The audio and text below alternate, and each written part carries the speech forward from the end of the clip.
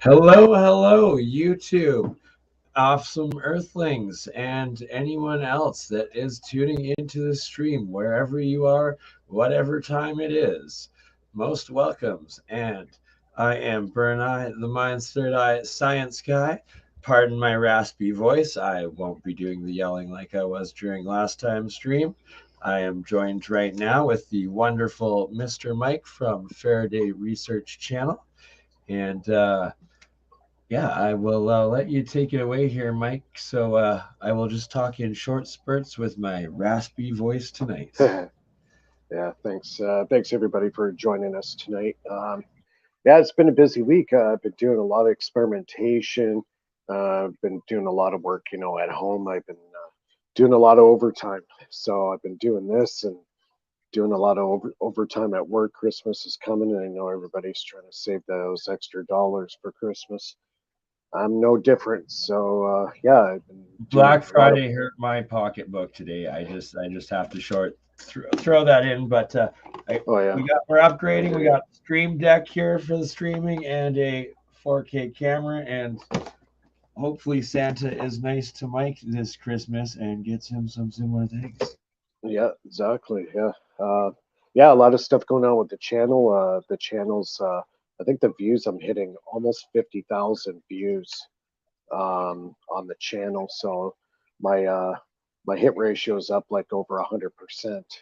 So definitely, the simulcasting and the streaming with you guys and Campbell and everybody else, all this social networking, all these platforms are really starting to get the traffic to this channel and get a lot more people on board.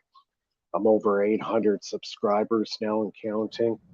I So promise yeah, you that it's 1,000 by Christmas and 50,000 views a month. That's some really good yeah, optics for growing and expanding the consciousness that we are going into 2022 in a new reality that people understand free energy is here and all you have to do is be like Mike and me and make it yourself.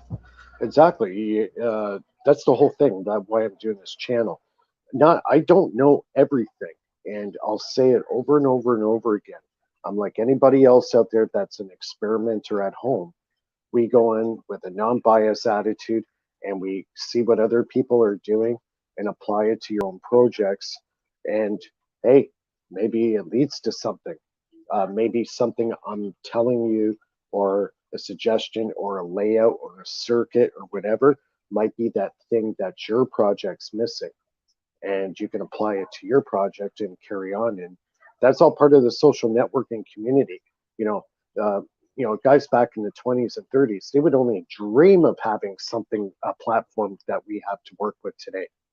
Like if they, if Tesla was here right now today and he's seeing what we're doing, he'd be like, wow, he'd be amazed. I think Tesla was multi-dimensional where he wrote out the internet 100 years ago in his story That's that right. he He talked he about. said, So well, anybody but Tesla, I'd say uh, Einstein would be like, "Whoa!" But I think yeah, yeah. See, Tesla is Tesla knew still this stuff was coming. today. He knew, like, Sorry, Tesla say was already talking about cell phones in the 1900s. right, and like he In had the his 1900s, that's whole. like over 100 years ago, right? If you don't know about the real Tesla, Nikola Tesla, like you got to do that's your entry part. But obviously, anyone that's tuning in here, knowing about electrical engineering, free energy, and physics, and has that mindset, clearly has already self initiated into the Nikola Tesla of Yeah, he invented everything. yeah. You have to go back to the founders of electricity to really understand where things went screwy, and when the New World Order basically came in and snatched up and tried to hide away all this stuff, and that this technology would never get out to the masses, right? And created academia the way it is now. They create this boundary line around academia, and if you cross those boundaries of what they say is real science, you're considered a kook, right? So now those barriers are starting to drop. Actually, I listened to a really good lecture this week by Nassim Haram, Harami, Right? I And love Nassim. now this is where it gets kind of screwed, and it really made me think. Some of his latest mathematical physics equations are now leading to the possibility of God and Just like consciousness. rodents and so many others that they Right. all pretty much come into Right. it. But Okay. So I he see was. God code essentially. It's the geometric structure of like the universe, and that like when you really understand the overall unified like feel or theory of it, that there's just no other plausible possibility than some sort of collective conscious structure throughout all of reality. Right. And see, like 20 years ago, if you put God or consciousness into the equations with physicists, they would basically kick you out of the room. They wouldn't have it because it's to them, it wasn't mathematical reality. But now, guys like Nassim are starting to figure out that, yeah, consciousness and God, that's starting to come into the equation. And maybe It's this a part of the equation, and anything that's lacking it or especially rejecting it will never reach the full unified understanding. So it's like if you can't make peace with there being a greater conscious like interweaving within the universe and some sort of conscious design on different higher and lower dimensional planes of existence, then it's like maybe well, he is the source. He is the basis of reality. Okay, without I him, wouldn't go to the he, she, sexing or anything more than like I like to get the unified of people's beliefs and like just without reaching the dogmas is to say that it's like there's some sort of higher dimensional fractal creator conscious that right? we are all a lower fractal Which of that, like which just now, well, see, this is the thing what Nassim is saying, that it's leading to the source of what you would call God, or because source there has conscious, to be, source yeah, consciousness. well, yeah, because consciousness can only be a result of a divine being, right? That would create the consciousness, right? Because everybody think see like the all the physicists working at a Stanford SRI, and they've been studying the brain, and they've been trying for the last God knows how long to figure out where in the brain consciousness is. And Nassim Haramein said in that lecture that I was listening to, he says the consciousness actually doesn't lie within the brain. It's part of this fractal universe that we live in, where the consciousness enters our body like a radio. Remember, we were talking about that a couple months ago, where I'm saying our bodies are actually a receiving antenna for consciousness. Well, now it's starting to come up in the mathematics, in physics. It's actually coming up. So, Right. And then so a way I like to say is like that if you're going on like the physical ends of things, you look at it at like the three and then maybe the fourth quantum, fifth dimensional aspects, like starting out, but then it's like, or you can go to the metaphysics and you go to the 1D by going within yourself.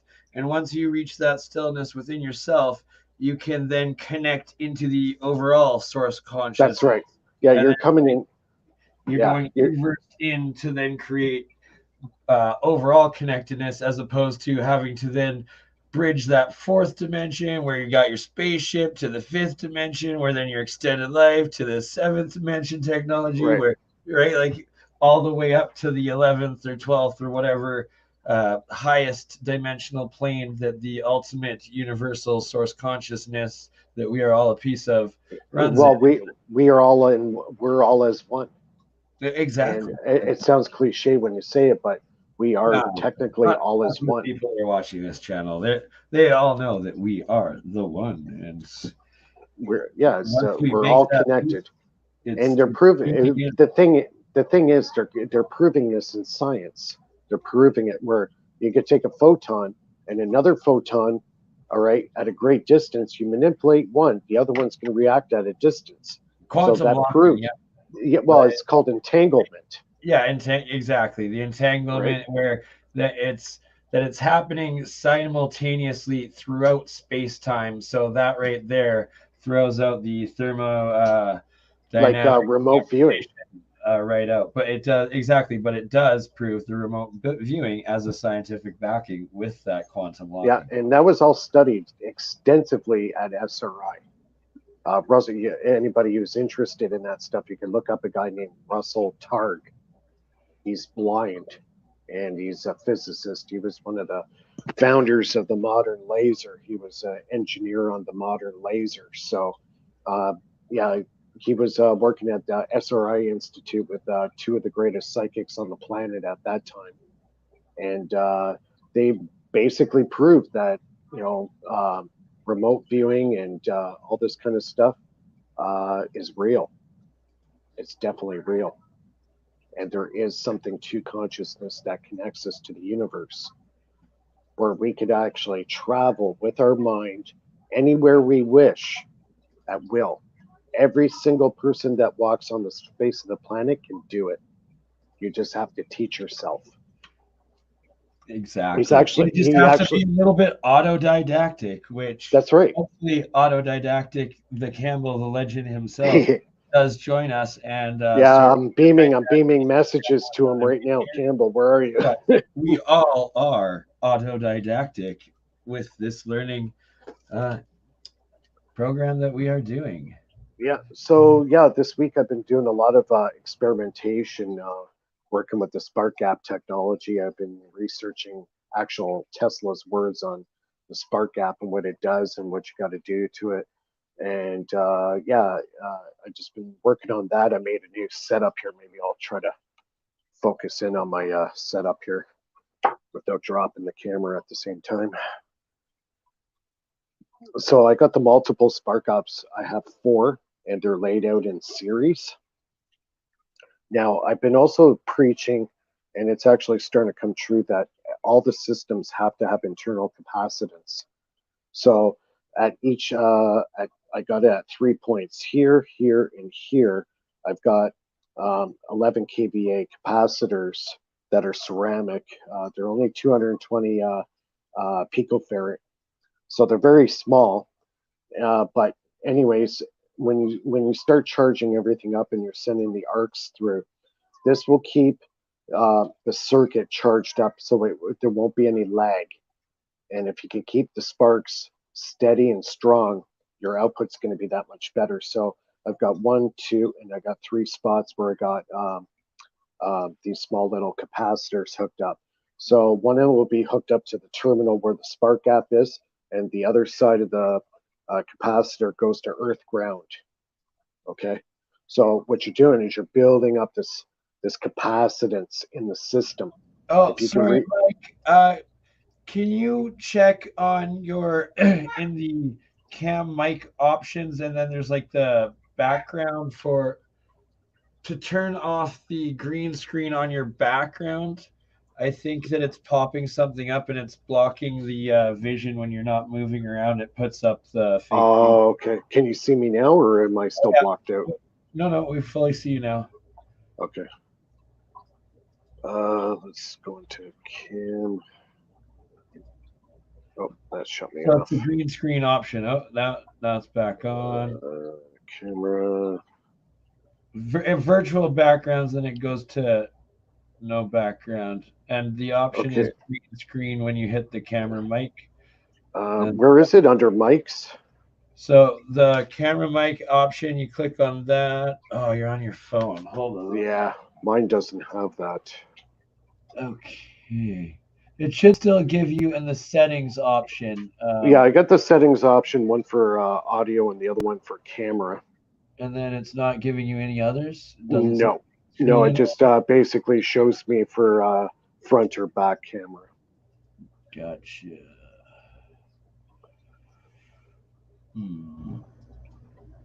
Well, you're good now. It's weird. I guess, yeah. I don't know. Oh, now it's back on fully. Oh, that's why. When you go sideways, I guess. Yeah, Just when I go sidaways here. Hold on, bear with me for a second. We can't always figure out the basic things. That's how life goes. All right. And now you're back to full green again. Alright. Here. Okay. All right.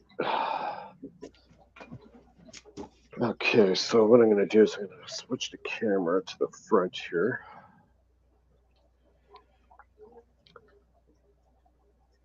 All right.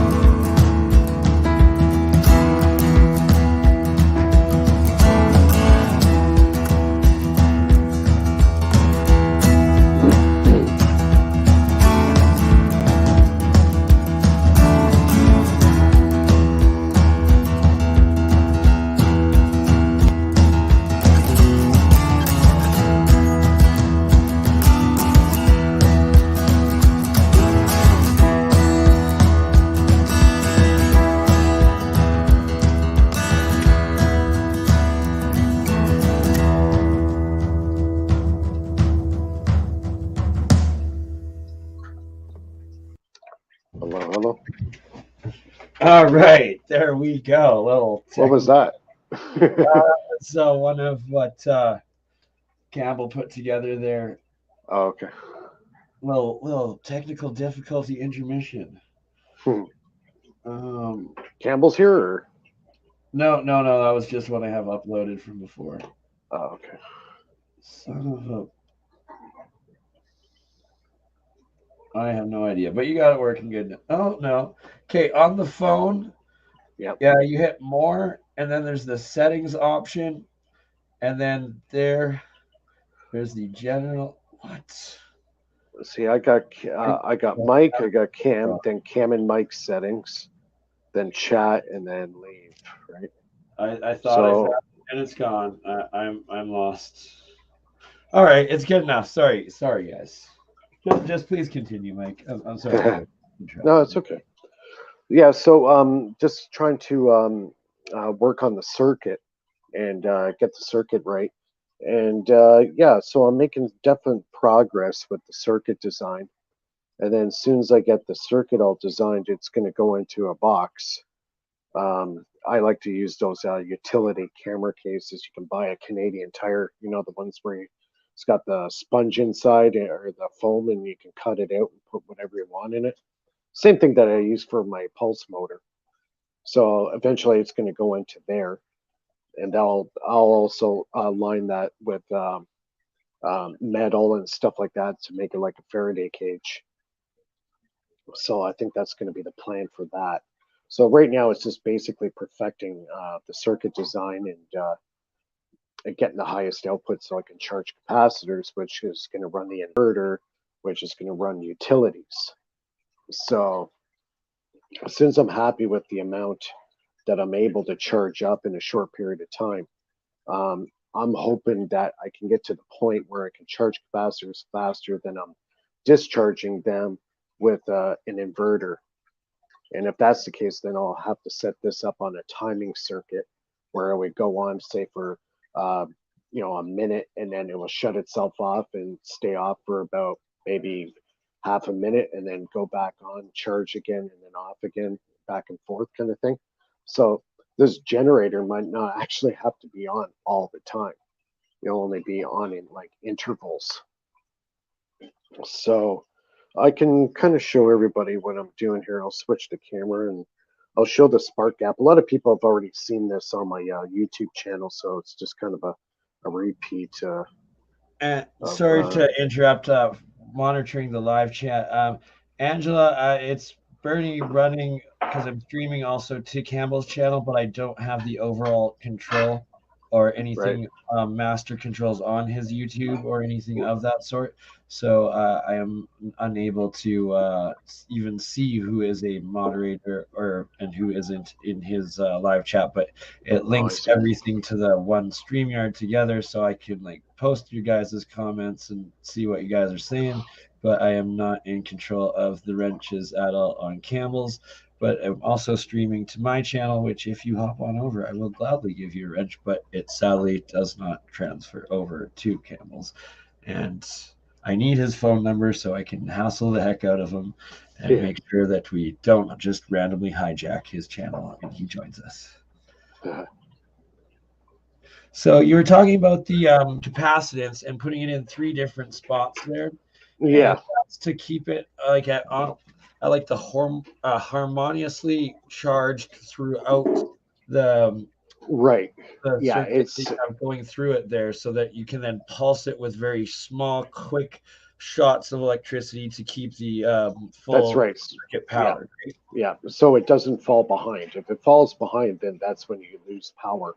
So what I'm trying to do is always keep the system ahead of what it's putting out for a very easy recovery. Also, too, it helps on the input power of the system to keep the amperage down, so I can monitor all that. And it seems like it's making the system a lot more stable in operation, right? So these are those little capacitors I was telling you about. So I've got, in 3 locations, one here, and one here. This one I just ran out of wires. But I know it's working. Now, the other thing that Tessa was talking about, quenching the spark by using magnets. I was literally just about to ask you what those magnets were for. Yeah. So what they are, this side here is attracting to this side here. It's attraction. So what it's doing, it's creating this magnetic push together. So when you got the spark going, instead of waving, we got him. It's a miracle. There he is. The hero. We're no longer hijacking your channel. Good morning. You have it back. Good morning, sunshine. What are you doing on my channel, man? Hey, guys. He hijacked it. But gladly give it back anytime. As long as it's for good and not evil, then that's all right. It's a good hijacking. Yeah, so I'm just showing everybody. Oh, you've got a great mic.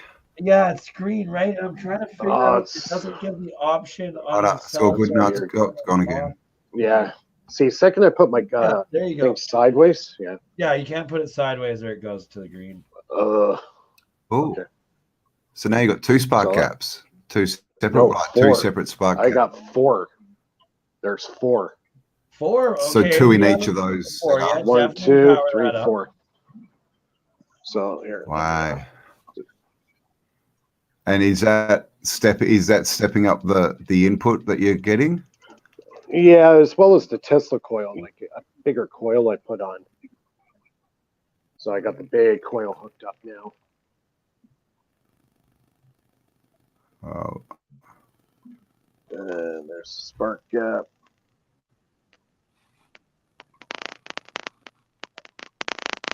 Oh. Hello to everyone in chat. Crystal Shaman, Callum, David, Benny, Angela, Lisa, Art Matters, the Art Fairies, Salty Droid, all right, Actually, what I want to do is hook up the incandescent light bulb, because everybody's saying, oh, I want to see the incandescent light bulb. Let's see what real power. Now, these ones are one of these. It's still green, Mike. We're just seeing. Oh, we're just seeing green still. Hang not yet.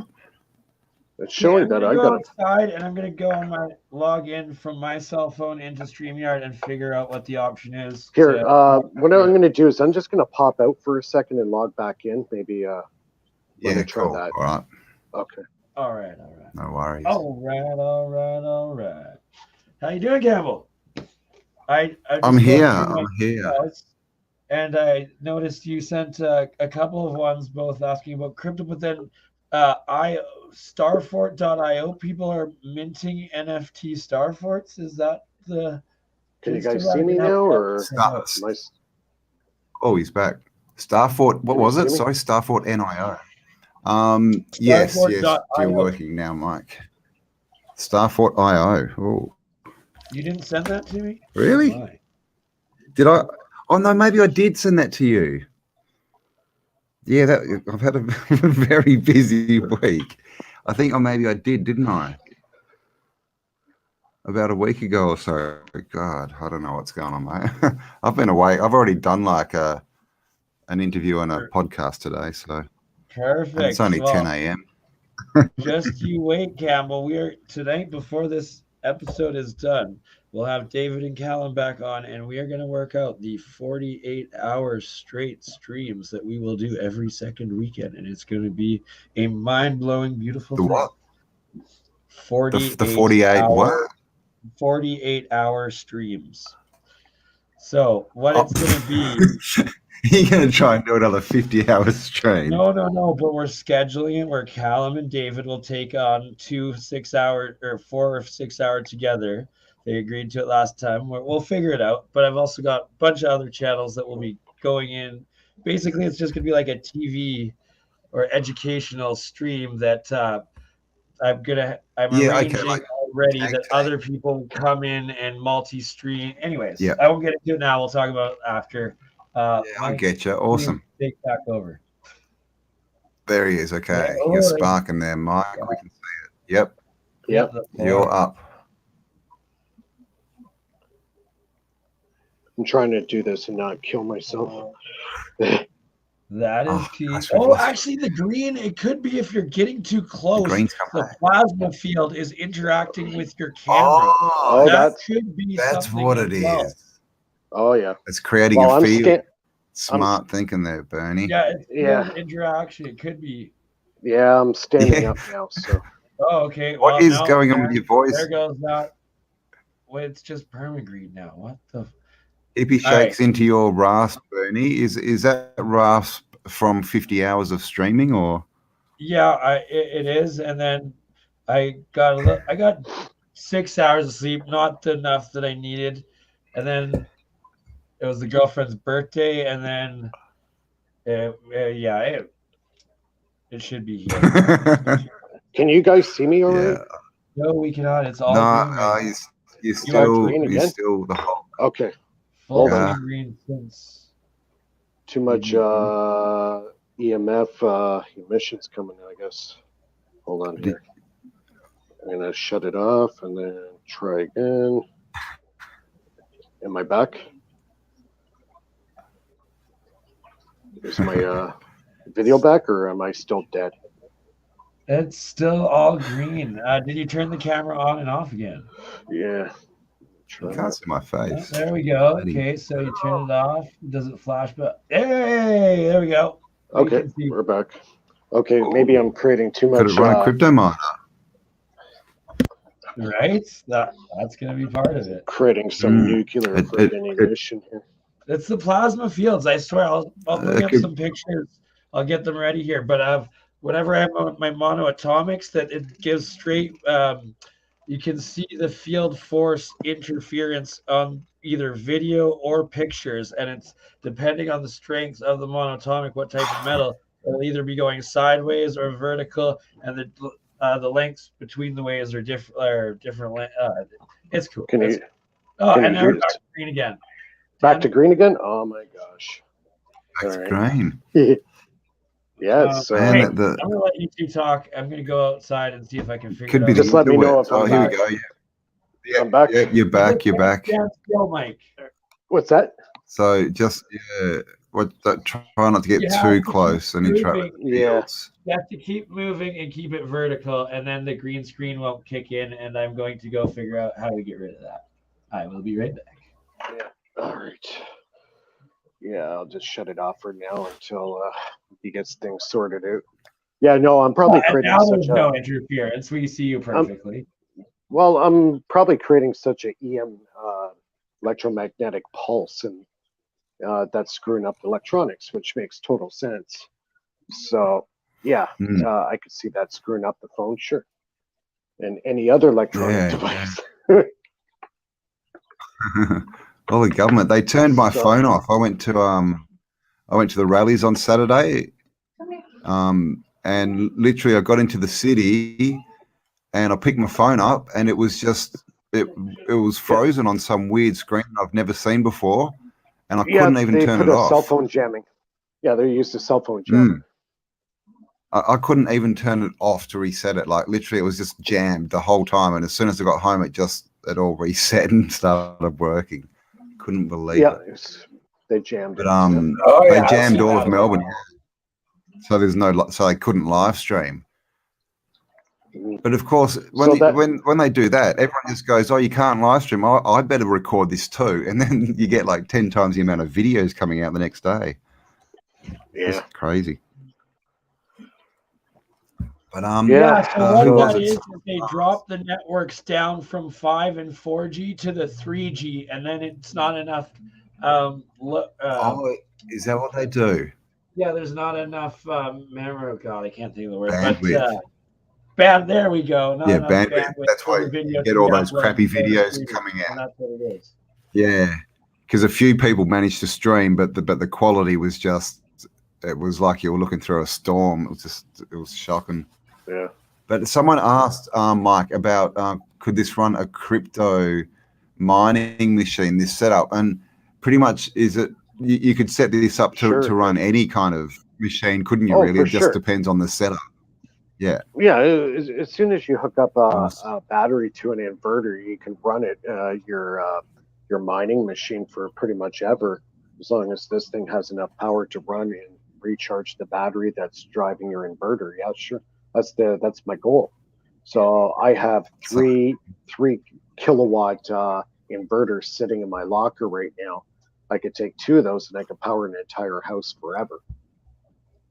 That's 6 kilowatts of power. So as long as I can maintain the batteries and keep them charged up, that's it. You have a self-contained system, and you don't have to worry about the grid anymore. So if shit ever hits the fan and the power grid goes down, you got power. So you broke up when you said you've got 6 kilowatts of what? Inverters. Actually, I got more. I got 3. Yeah, I have 3 inverters. They're rated at 3 kilowatts each. So I got 3 of them. So I could hook 2 up together and have 6 kilowatts of power. I could run a whole house. So you can effectively run a system at 6 kilowatts. That means as long as if you have enough battery.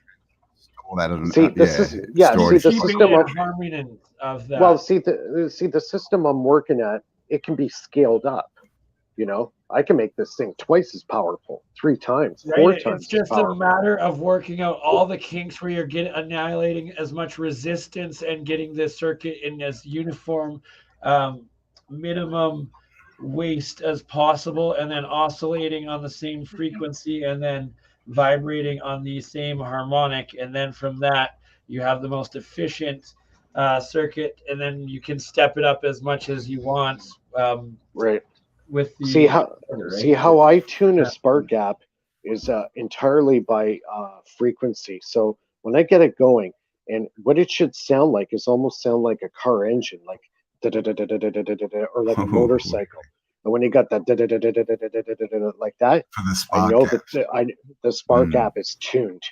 When you tune the spark gap, what Tesla was talking about, he also utilizes the magnets, and I got these magnets here set up on the actual generator itself, where the spark gap is, and that's called quenching the spark. So Tesla talks about this in his writings, that you have to quench the spark. When you quench it, it controls that. You're putting a magnet on each side of the spark gap. That's right. Yeah. And actually, so that creates two more fields. And what does that do? It sort of holds the gap in a smaller space. Right. Instead of steady. Oh, I'm visualizing what you're saying because now. It's wobbling like this, right? When it wobbles like this, it's not in tune. I'm stabilizing it so it goes in a straight line. Yeah. And that's called quenching the spark. So you could visualize like like two fields creating a vesica Pisces, and then that spark goes from one point of the vesica Pisces to the other, a straight line. Well, it's the two magnets, one side's north and the other south, so the magnets are actually pulling together. Oh, okay. And the spark, they're pulling together, and the spark is in between sides. that. Yeah, it's pulling the magnets. So it's two. I gotcha. So it's two opposite forces pushing towards each other, and the spark in the middle. Yeah, it's squeezing the spark together like this. It's pushing it together. And when you push it together, that's called quenching the spark. Yeah, and it makes it a lot more efficient. But it's kind of like the fields where you got like one field going perpendicular to the other two, and it like pushing them, and then you're giving you the full torus in the middle of bringing. Yeah, you're creating the 0 point in the middle. You're creating the basically the void spot, right? Because the field goes around that, and the torus. So yeah, you're creating the eye or whatever the dead spot. And magnetic current goes into donuts that are perpendicular into the counter space of like locking chains. So you have the fields going back and forth, and then so what we're doing is confining and locking it. You're basically unifying three counter space areas for the overall fields to be unified for the maximum. It's like I'm compressing everything. I'm compressing the field together closer. Yeah. Oh God. What I'm trying to squeezing a hose essentially is like when you put your finger on the end of the hose and then the water goes in. You're essentially tightening all of the radiant energy into one stream that's then going into the circuit through the spark. Well, here's a good way to put it. Here's a metaphorically speaking, it's trying to put Niagara Falls through a garden hose. Yeah. And that's right. Yeah. Oh, so yeah. So it's also increasing I'm butchering trying to explain this for people to visualize. I'm just going to shut up. It's hard to visualize when you haven't slept for 3 days. Yeah, exactly. I can feel it. I'm pretty beat myself. But yeah, it's like putting Niagara Falls right through a garden hose. That's what I'm doing. And that's why it doesn't heat up. That's why it's cold. Because if you have a lot of volume going through a point, either through a wire or whatever, it's going to heat up because you got 50 times or a million times more electrons going around. But if you can focal point it like a laser, you're going to get the same power with no heat. That's what I'm doing. I'm focal pointing that power of radiant energy going through that spark gap, a very, very fine, like a laser. Yeah. And I'm putting a lot of energy in a very small spot. So before you've got the magnets there, those particles are spread out basically over a bigger area, and you're just pushing them into a straight line. So you've got a direct line of like particles, laser. basically, haven't like a laser particle. And so do the magnets also help like the induction of the energy? Do they bring more? Do they make the spark gap more powerful? It's bringing. Or is it more tuning it? Well, it's creating a situation where it's taking less power to run it, like the less amount of amperage to power the system, right? So this way it makes sense. You have your magnets on each side with the magnetic field lines going flat along the ground, and then you're through harmonizing those on each side, you're then able to extend this plasma field into one big energy that is like vortexing all of the radiant energy down into one the fucking singularity or counter space point is the entering of the actual wire stream circuit and then shooting it all into it like that. And then as opposed to it just being all jumbly and chaotic and the plasma just like having waves going every way and barely able to absorb any of the radiant energy because it is not in a harmonious direction or flow. Yep. And if you can focus it like a laser, it becomes even that much stronger with less power. That's, I think, key.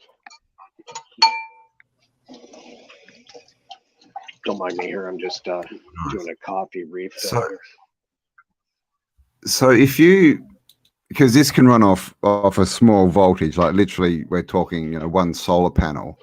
So could you build this into a circuit that could run a whole house off that? I mean, do you need the batteries? Because obviously you've got an input and a constant source. You might need the big. So would you need batteries, or are they just if for you're extra? Running high power, you're going to have to put in if you've got more pull, the momentum mover of that solid flywheel that is your mechanical battery.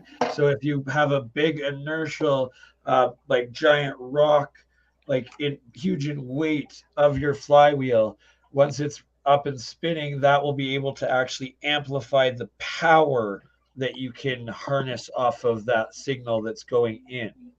See, honestly, in any good over unity system, you have to have a means of storage of the energy.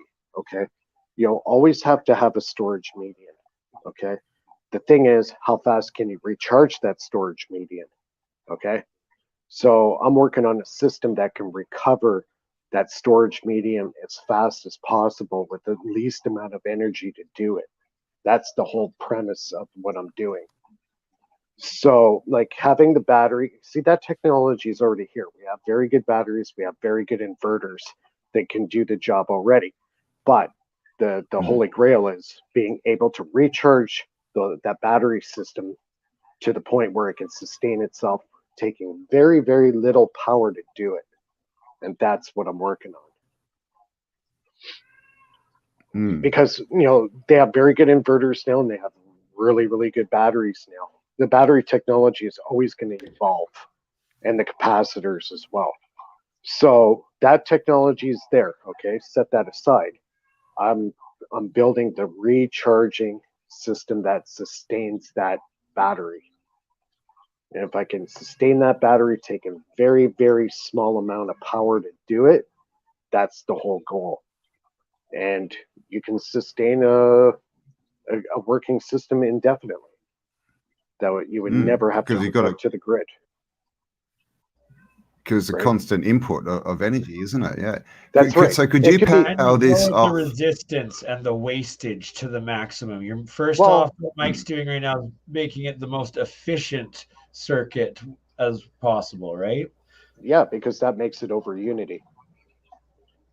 The more efficient it takes to power the system to make it actually run, and you're putting out huge amount of power. Like this system here is 11 kVA, and I'm putting in 8 to 12 watts. That's it, and I'm putting out 11 kilovolts of power, which is nothing. And the 12 watts is nothing. Yeah, it's a huge jump, huge jump.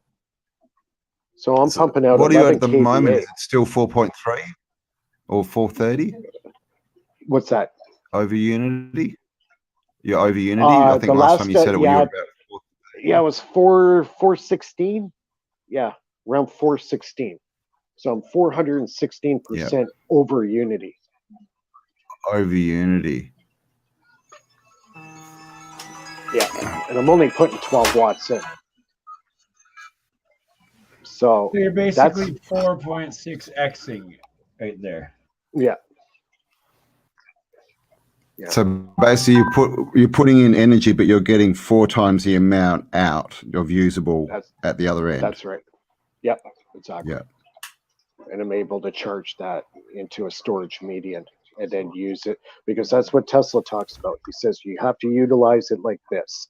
You create the high amount of voltage and the high amount of energy you can, store it in a condenser, which he means capacitor. They used different words back then.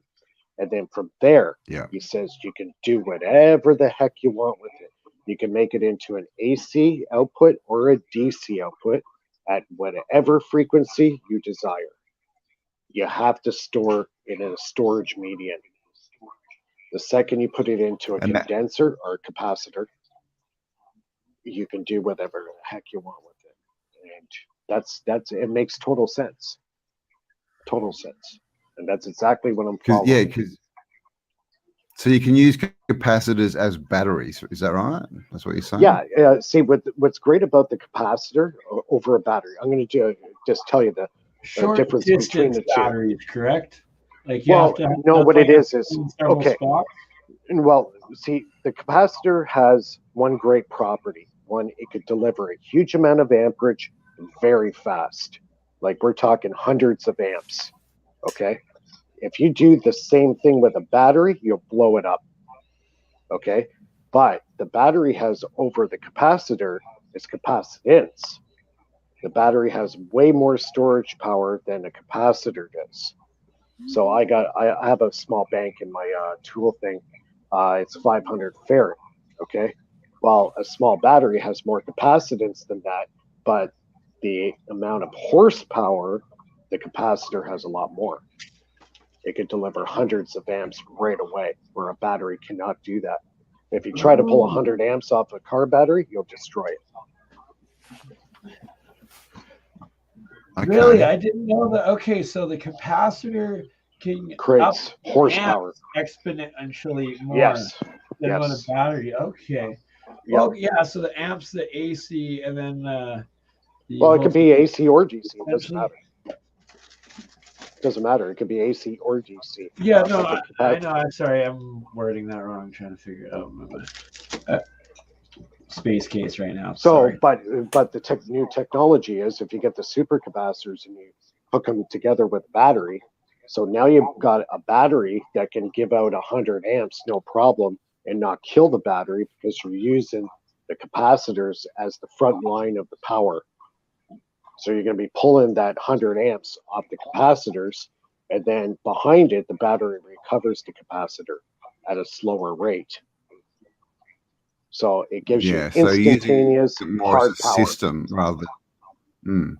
So is this how they were able to have all these electric cars back in 1900 that we're seeing all these photos of, because they were running them differently and using capacitors rather than batteries to get. Well, they would have batteries. No, you would still have to have batteries, but storage, but you wouldn't pull from them, would you? Is that right? No, you wouldn't pull from the battery. You're going to pull from the capacitor. Yeah, from the capacitors, and that's something we don't have in cars today. I mean, well, Tesla's starting to work with it now. Tesla's working with it now, but it's like the solar homes now. A lot of guys are doing off-the-grid homes, and they're using the capacitor battery arrangement to because if you have the capacitors in front of the battery is going to last a lot longer. It's not going to die. It's not going to fry because you're taking all the horsepower from the capacitor. And so does that literally... Okay. Do the capacitors and the batteries become one system? Like the capacitors become part of the battery? Yeah, no, okay. Yeah. So the capacitor, look, it's right here. And the field goes down exponentially as you move away from it. So you're almost connecting here. It's pretty much connected. And it's the same here, here, and here. And then the battery just puts a little shock through, which then connects the even bridge all the way around. Where if you don't have the capacitors, you're pulling all of this energy out of the entire battery to fill the entire circuit constantly. Where with the capacitors, you're just pulling energy out of the battery to keep the grid going and filling it. That's right. And that's why by putting the capacitors in my system the way I'm doing it, it's taking less and less amperage to run the system. And that's what it's all about. So the battery is supplying the constant flow of amperage energy at a low voltage. Power is the capacitors. It's recovering. Power. Yeah, and then the capacitors are storing that, are they, to a certain level as it goes through? And so then when you pull electrical field, capacitors providing your electric field and the field strength, but that's inverse, right? So it's exponentially as the further you go away from the capacitor, the weaker it gets. And then the battery is what is powering the electrons to constantly be going through around the entire time, while also being used in the work through the resistance and your load. But that if it's the electron that's going around powered by the battery, as long as it's in those electric fields that the capacitor is providing, then it's not draining or using resistance for that electron to cover those spaces, if that makes sense. See these two capacitors I'm showing right now? Yep, the two blue ones. These things are small. Yeah. Look at the size. It's about the size of my fingernail, right? Okay, these two capacitors could stop my heart. I can finally explain it, Mike, how you talk about the water as the example. So think of it as a canal, a level canal, and then you have ponds on each of the corner, and that you have a little bit of a slope up between each of them so that the water is almost touching, and that that's what the capacitors are filling. And normally the battery would be providing all of the water that fills all of that. But with the capacitors, that's filling all the water of the ponds and everything. And the battery is just providing that little stream of water to flow throughout the entire canal as it flows. So that... Yes. So it takes time for capacitors to charge, yeah? Not very long. It all depends on their capacitance. If you got like, say, like 500 farads, I could probably charge that with the system in probably less than 2 minutes. I'm hoping I can get it under a minute. Without capacitors, you drain the battery in 5 minutes. With capacitors, the battery lasts for like 2 days, sort of thing. That's right. Because anytime you pull high amperage off a battery, you kill it. You destroy the battery. So your capacitor is kind of like your front line. You're going to want the load to be drawn from the capacitor, not the battery. I need a graphic artist so they can take the thoughts from here and put it into digital so everybody helps. It's pretty simple. Like those two, like those. See, those, like I said, Campbell, those two capacitors I showed you, they got enough power in them to stop my heart. Okay. Yeah. Those things can deliver. Those two. Well, those two little capacitors there. Because they have the amperage, the hot. I could probably get about 200 amps. I could get 200 amps out of those. Wow. And that energy is stored as a field. Is this? It's a field. It's a field. Is this why people find it so hard? Because this is the whole thing. Because we get taught and we get shown pictures and everything, right? You get these circuits and stuff, and they show you the arrows of the current running through the wires. They never talk about fields ever. And so this is what I'm trying to work out. How does a battery work? Does the energy just spin around? But it actually creates a field where everything's held, doesn't it? Well, the battery works more. Well, you know what? The battery works more like alchemy. The battery works very much like alchemy. So you can talk to Bernie about that one because it is a chemical, mechanical. It's a chemical reaction. Reactions. It's a reaction, right? It's very much an alchemy, right? It is. So, but when you're talking about an electrolytic capacitor, like a ceramic one, it's creating a field between two plates, and you have the dielectric in the middle. So depending on the rating of the dielectric in the middle will determine the power. And that's the field that creates the field. Right, because you got the two charged plates like here, and you got the dielectric medium in the middle. So it could be a plastic or whatever they're using in the middle, and that the energy has got to come from this plate and go to this plate, but it has to get through the dielectric to do it. So it's going to take a tremendous amount of force to get that energy field to go through the dielectric to the second plate. And that's why you create this huge field and a lot of amperage. So with the capacitors, the only resistance or load coming out of the battery is these four little areas where the field provided by the capacitors is at its weakest, touching between the two. And then if there was no capacitors, this is the power that would have to be coming from the battery constantly because there's no electrical fields that the electrons would be smoothly gliding on. Thus, they're having to pay their own electricity current through all of that area constantly instead of just these little tiny two spots. If that makes sense. Yeah. And, having the battery and capacitor combination, that's very effective. Very, very effective. See, what I'm doing here, because I'm using spark gap technology, I have to utilize capacitors. So eventually I'm going to get my big bank of 500 farad of capacitors into this equation. And basically now I can take my power supply away and it'll run itself. Oh God, you never ever leave that, like, well, when you're not working on it, you break that circuit and you always wear rubber gloves and shit once you have that going, because that much amperage will just take one shocky shock and we have no more Mr. Mike guy. No. What I'm saying is, no, I've been shocked a few times.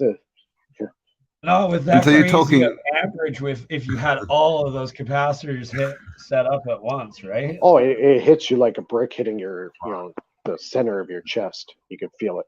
I've been hit by it once. And it's not cool. You're talking those little capacitors, right? Like, yeah. A couple hundred of these tiny little things, not big ones. Yeah. Oh, when it discharged on me, it was like Mike Tyson punching me right in the chest. Oh yeah, it hits you freaking. Oh yeah, I'm not kidding you. It's serious. Did you? Just as a side note, did you hear Logan Paul wants to fight Mike Tyson?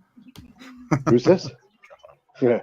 You know Logan Paul. He's a YouTuber. Yeah, who fought what's his name? And he wants to fight Mike Tyson. He had a boxing match with what's that guy's name? The number one boxer who's undefeated. I forgot what his name is. Floyd Mayweather or Floyd Mayweather. Yeah. They had a boxing match and it was pretty much an exhibition. You know, they both made millions and millions. And now this guy wants to fight Mike Tyson. And I'm just thinking Mike might be 50, but he's pretty old, but 55. I don't think you want to get hit by him. Yeah, he's in his 50s, but he's still a big boy. He probably can't move much, but if he landed one hit, he'd probably kill you. You know? Oh yeah.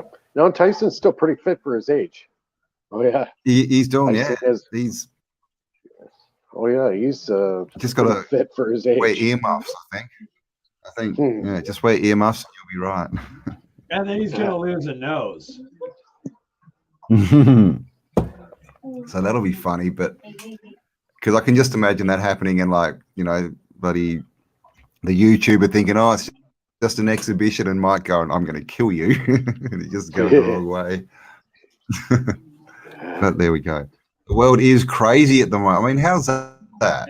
It's like some YouTuber can actually, anybody, and he has a YouTuber fought the best boxer in the world. He's going to be like, I booked it on the Sand Metaverse at Snoop Dogg's virtual studio for that fight to be hosted. If anybody's got any questions on the chat there, let me know and I can answer. Yeah, who's got questions for Mike about free energy?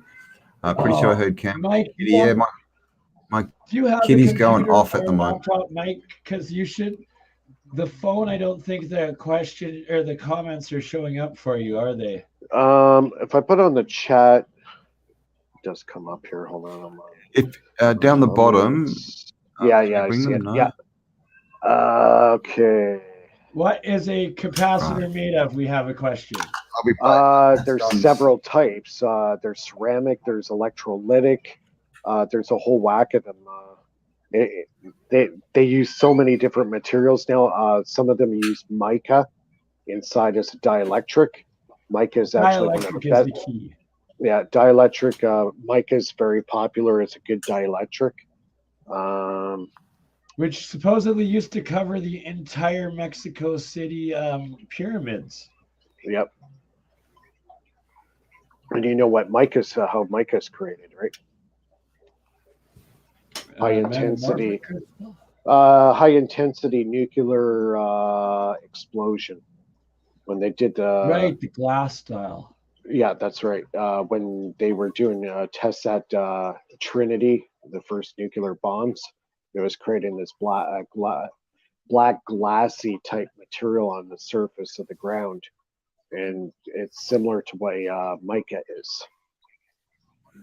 So what is what's mica? Is that naturally produced rock, or is that what they say it is? Or well, I think it's created by a blast. It's a high intensity of really hot. Some of it like is metamorphic, they say, so it has to get to that very hot pressure and heat. And then a lot of it, all the surface ones, unless you're finding it like a vein, is usually the blast, the comet, the nukes form it and whatnot, or plasma reactions too. But it's one that cleaves off in single sheet layers that you can like peel it like a book, even though it's a straight, clear, like crystal. But so it's super strong one way, but the other way it like just peels off literally like paper. Yeah, I got a question here from Crystal Shannon. It's asking, how can you make a backup system in case you have a power outage? Very easy. You go to your local hardware store and you can pick up. I recommend at least a 3 kilowatt inverter. And then you would need 4 very large car batteries or marine batteries. That would be probably the most pricey part of your build. And you would have to hook them up in series. And then you hook it up to your inverter. And then if the power goes out in the house, what you do is all you got to do is shut off the main breaker for the power in your house. And then you can connect your either hardwire, or you could actually have a switching box made where the inverter is attached to your power box in your house. So if the power goes off, you shut off the breaker, that shuts the grid off, and then you turn the other power switch on, which links your inverter to the house. Now, this can be a little bit costly to do. And then, to run a house respectively for at least 24 hours, I would say 4 car batteries, one either 3 kilowatt or 6 kilowatt inverter.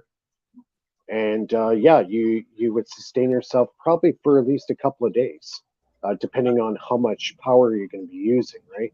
Like if you're going to use a stove, all of those materials you just listed, because I have all of them scattered outside in my tent, so that we can actually put that into paper and then actually put it together and show you guys a working model of exactly what Mike just described. Exactly, and if you put Mike's circuit in there too, then with the capacitors, we can then extend that to like weeks of power, months. There you go. Yeah, years. There we go. So that's how about forever? How about forever? I mean, I like that. Into that, yeah, much better. All right. Well, we'll definitely have to work on how we can set that up, because it's a simple, pretty simple circuit, isn't it? It's just knowing how to do it. Sorry to interrupt. I'm going to be pulling up in a few minutes after you guys are done talking a video from, I think, iHeart Fairy she posted, where it is the top of a dome of like a cathedral or something that's actually reacting to the plasma. In the I've never seen it. Pretty bad. I posted that last week. It's pretty cool. Another person's asking me about the spark gap. How does it sound and what color it is? Okay, if you got a properly tuned spark gap, number one, the spark gap is going to make very, very little noise. If you got a very loud spark gap, what's going to happen is you're going to get high spikes. Okay, that could be damaging to your circuit. You want to have controlled spikes. Okay, because what you'll get every now and then, you'll get a transient spike, which is just going to go way through the roof and could cause damage. So you have to have diode protection in your system. Also, too, the spark gaps, I have 4 hooked up in series, okay? And it should sound almost like a car engine going like a pattern, almost like a guy on a drum. You know what I mean? And when you get that nice sound going, chances are you're very close to 60 hertz. And I've actually checked it with with the oscilloscope, and I'm very, very close. And the spark gap, it's going to be a greenish blue color. If it gets very intense, it'll actually go white. So the white is what you want to stay away from. You want to keep that green blue. And it runs cold. Like, this thing does not heat up at all.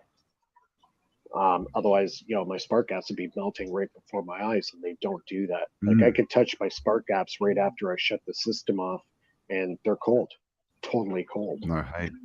They don't heat up. So what would I need? Like, I've got a bus with solar panels, 4 batteries, an inverter.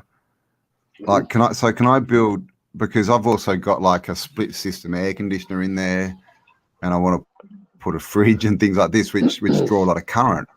So obviously that circuit would make that possible, that would be a wouldn't separate circuit. Yeah. I would put a separate circuit for the stove, and if you're going to have an AC unit, that would have to be beefed up. But for general lights in your house, general utilities, you know, like your cell phone, TV, radio, microwave, all that kind of stuff, no problem. But when you have to start powering heavy duty utilities that draw a lot of amperage, I would put those on a separate circuit altogether from the rest of the house. So that would be a different area. It would be a different circuit altogether, because with a lot more capacitors in it. More battery power, because it's gonna, definitely capacitors too. Though that would definitely need capacitors. I wouldn't do it without capacitors. If you do, your batteries are gonna have a very short life. Kill your batteries. Yeah, cool. You'll destroy them. All right. Well, I mean, it'd be a good idea if we could maybe get some ideas of some little circuits and actually build them. And there's a lot of good stuff out there. There's a couple of guys out there that do off the grid homes and all the technology related, and he's using all the latest stuff, all the lithium iron phosphate batteries, and he's used the latest inverters. He does tests of different models and makes. There's a couple of guys out there doing that. It's very informative. I listen to the guy's channel every now and then. He has something new come up with a new test of a new capacitor, a new battery, or a new inverter system or controller. So it's definitely starting to move it. And this is the thing, it's this whole spark, like, and the it looks like we were just looking at these systems wrong, and that's why they couldn't work out in the past how they were having electric cars and all this stuff. Is because there were bits missing from they got the power. Circuit. They got the power stuff down packed, but they've totally forgotten about the charging part. Like, you know, so it's all to do with constant flow. Yeah. That they've done is constant flow, rather than having somewhere to store it. Is that what they've missed out on? The capacitors basically are storing it? Yeah, it's storage and also the charging medium. There's a lot of echo. A lot of echoes from somebody. Oh, is that me? Yeah. I can't hear. I'm good. Yeah. It's still echoing got a back. cat here on my face. Sorry. Yeah. What was I going to say? I've got my cat on my lap now. With the YouTube going in the background, I think she walked into the sound area. I think it was on your end, if that makes sense. Who? Me? No, your wife, because she was listening to it on her phone or whatever. No, she's not. No, she's not on anymore. No. Weird. Because I was muted. They're watching us. Yeah. But it's a matter of recharging. You know, solar panels are way too expensive. They're totally out of date. You know, we need something new. So what do we need? Do we need a spire that comes off the roof that collects ambient energy? Yep. That's one. How would you set one of those up? Like, how do you get a spire or an antenna to pull? Off a cliff, you throw a wire. like anything going up to the atmosphere, like create the to ground. differential Okay, for the ground. it's a differential. Yeah, yeah, cool. Mike, are you sure So, you don't have yeah. a YouTube or something on? You know what? Let me log out and log back in again. Maybe. Yeah, I can hear a little bit then. Yeah.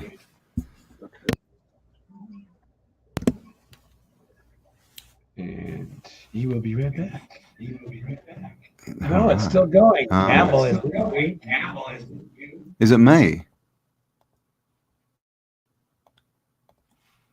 Hello. Oh.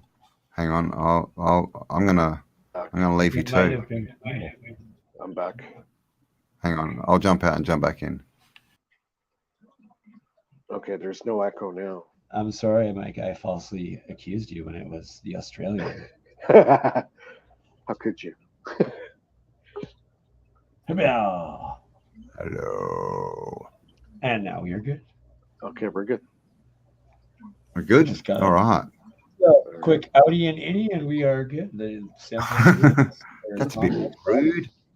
Let's see if there's any other comments here. Yeah, so someone is saying that Cambell was the only one without the echo, and then Cambell was, for me, the only one with an echo. So that had to do with some sort of feedback created between your distance in Australia and where we are. And then by you logging out, logging back in, it resets it and then puts us all back on par. There we go.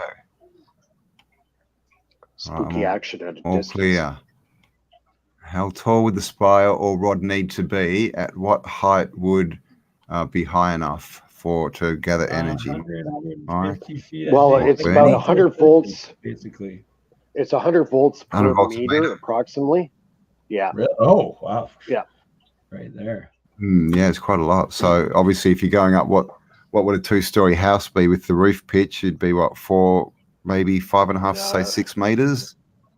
You probably, honestly, I would go at least 150 to 300 meters to get any usable power. So you're going to want at least 3 kilovolts of power coming out. Now they're doing. So is this what company? Is this what they're doing? Have you ever seen those? You see them on YouTube. These videos of these people who climb these insanely tall towers, and they're supposed to be like communications towers or something, and they're literally like they're like a ladder, but they're like a kilometer high. They go and change the light. Yeah, they go and change the light. Are they just collecting like 30 free grand. energy? Quite possibly. Well, you're gonna have a charge up there. Yeah, it's a huge charge up there, and like they're all yeah. Well, I build aircraft parts for a living. Okay, and I've worked at the airport on occasion, and I've seen the jumbo jets on a very close up, and they have these little round panels on the side of the fuselage, and they're silver, and you can't touch them, you can't paint over them, you can't damage them. They're called static plates. It's to neutralize the static field that's charged on the aircraft fuselage, because the planes. Yeah, because it's traveling at a very high altitude, and there's a lot of power up there. So the planes are getting statically charged. Okay, that could be catastrophic for an airplane. So those static plates they collect that static charge on the fuselage and neutralize it. So static electricity is enormous up there. Here's a question for you: have you ever come across the theory that, because commercial airliners, they say that they keep the fuel in the wings. Yeah. So we've had people look into that, and they've worked out that the wings aren't big enough to hold enough fuel, and even if they were, they're not strong enough. Have you ever come across this? And there seems to be something going on with planes and their fuel systems. Could they be fueling themselves because they're up in the atmosphere? Like you said, there's so much energy there. You know what? Yeah, do they just need to get up there and then they run for free and then they just need to land? But while they're flying, it's free. Good idea. Very good idea. A perfect example of that, where it gets like over Unity power because of when you get up there, effects that it has on it, and then it's charging with the plasma field that it produces both in front when it gets to a certain speed, and then at the very least out the back of the turbine engine or the jet engine. And as soon as you have the two plasmas in between it, then you get exponential, ridiculous gains. Well, see, you're creating such a huge amount of power, and all the aircraft, commercial aircraft, and I've actually worked near those airplanes. They have what's called an EPU, and the EPU is an auxiliary power unit. It's a miniature turbine that sits usually in the tail, and that will create enough thrust to actually keep the plane aloft. Now they have another system which they call the RAT, and it's a propeller that basically retracts from the belly down like this, and it's like a windmill. And what it does is it's a generator. It generates power while it's flying through the air in case the electrical systems go awry on a plane. Say you lose all your engines, right? They retract the RAT goes down, that propeller starts spinning with the wind while you're gliding, and that provides the electrical power to control the aircraft while in an emergency situation. You can look that up. It's called the RAT system. The RAT. Wow, I did not know that. Yep. And so basically, yeah, if you create a differential, that's interesting. You said about that little generator at the little engine at the back. Yeah, EPU. So literally, once a 747's up in the upper atmosphere, it could turn its jets off and cruise on this one little propeller thing. You got it.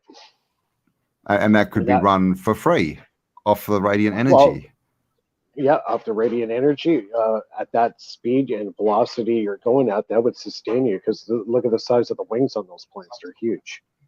I've walked on a jetliner wing. I've walked on an A330, A360, A310. I've worked on Airbus, Boeing. I've been on top of all these airplanes. I've been up and close. So I know these airplanes pretty good when I worked at the airport for a short time. Yeah, they're enormous. Yeah, well, when you're back at work, you'll have to have a look into the petrol tanks, the fuel tanks, and see how big they are. And is there any? They're huge. They are huge. To that, like an A3. They're in the wings. Airbus. Yeah, they are in the wings. Yeah, they are in the wings. The wings are actually a lot larger than. So I mean that's. See, It'd be interesting when just I worked at. Yeah, see, when I worked at the airport, you don't realize the scale of how big these things are. They're 450 tons. 450 tons. And the first day I walked in and I seen one like up close, like on the ground, and the tires stand almost as tall as I do, and it's got 6 of them. All right, on some of them, there's 6 landing gear tires, and they're huge. So first thing I looked up, and I'm looking at this thing, and I'm going, my God, this thing flies, because it's enormous. Yeah, you feel about this big when you're standing right beside an A330 or an A340 Airbus. You feel like a little pebble on the ground. They're enormous, and they're over 400 tons.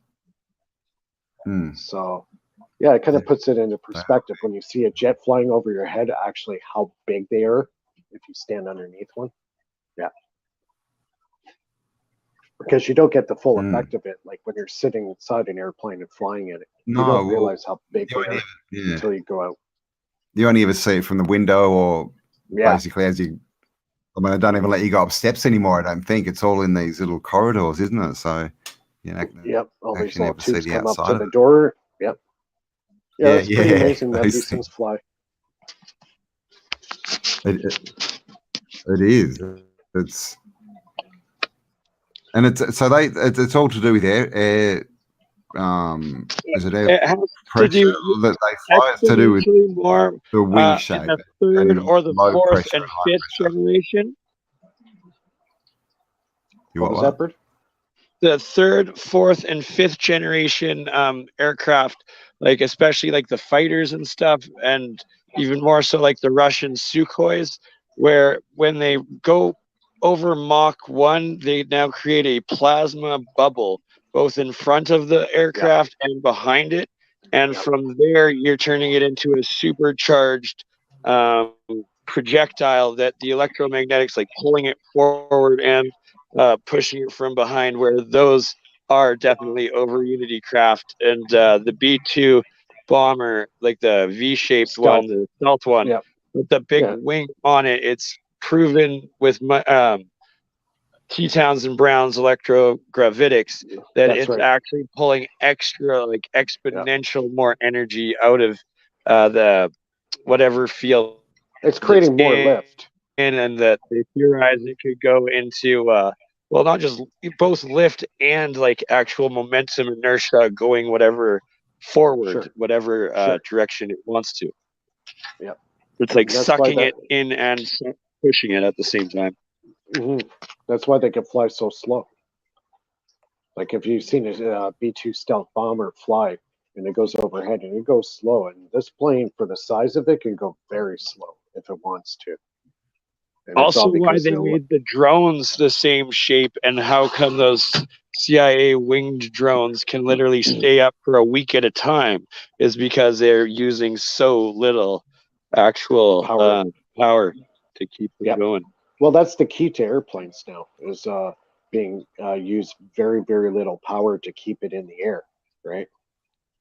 So, you know, either it's bigger wings or it's using electrogravitics on the leading edge of the wings that helps with the lift and the control of the velocity and keep it aloft for a longer time. You know, you would save a ton of fuel to stay aloft for way longer.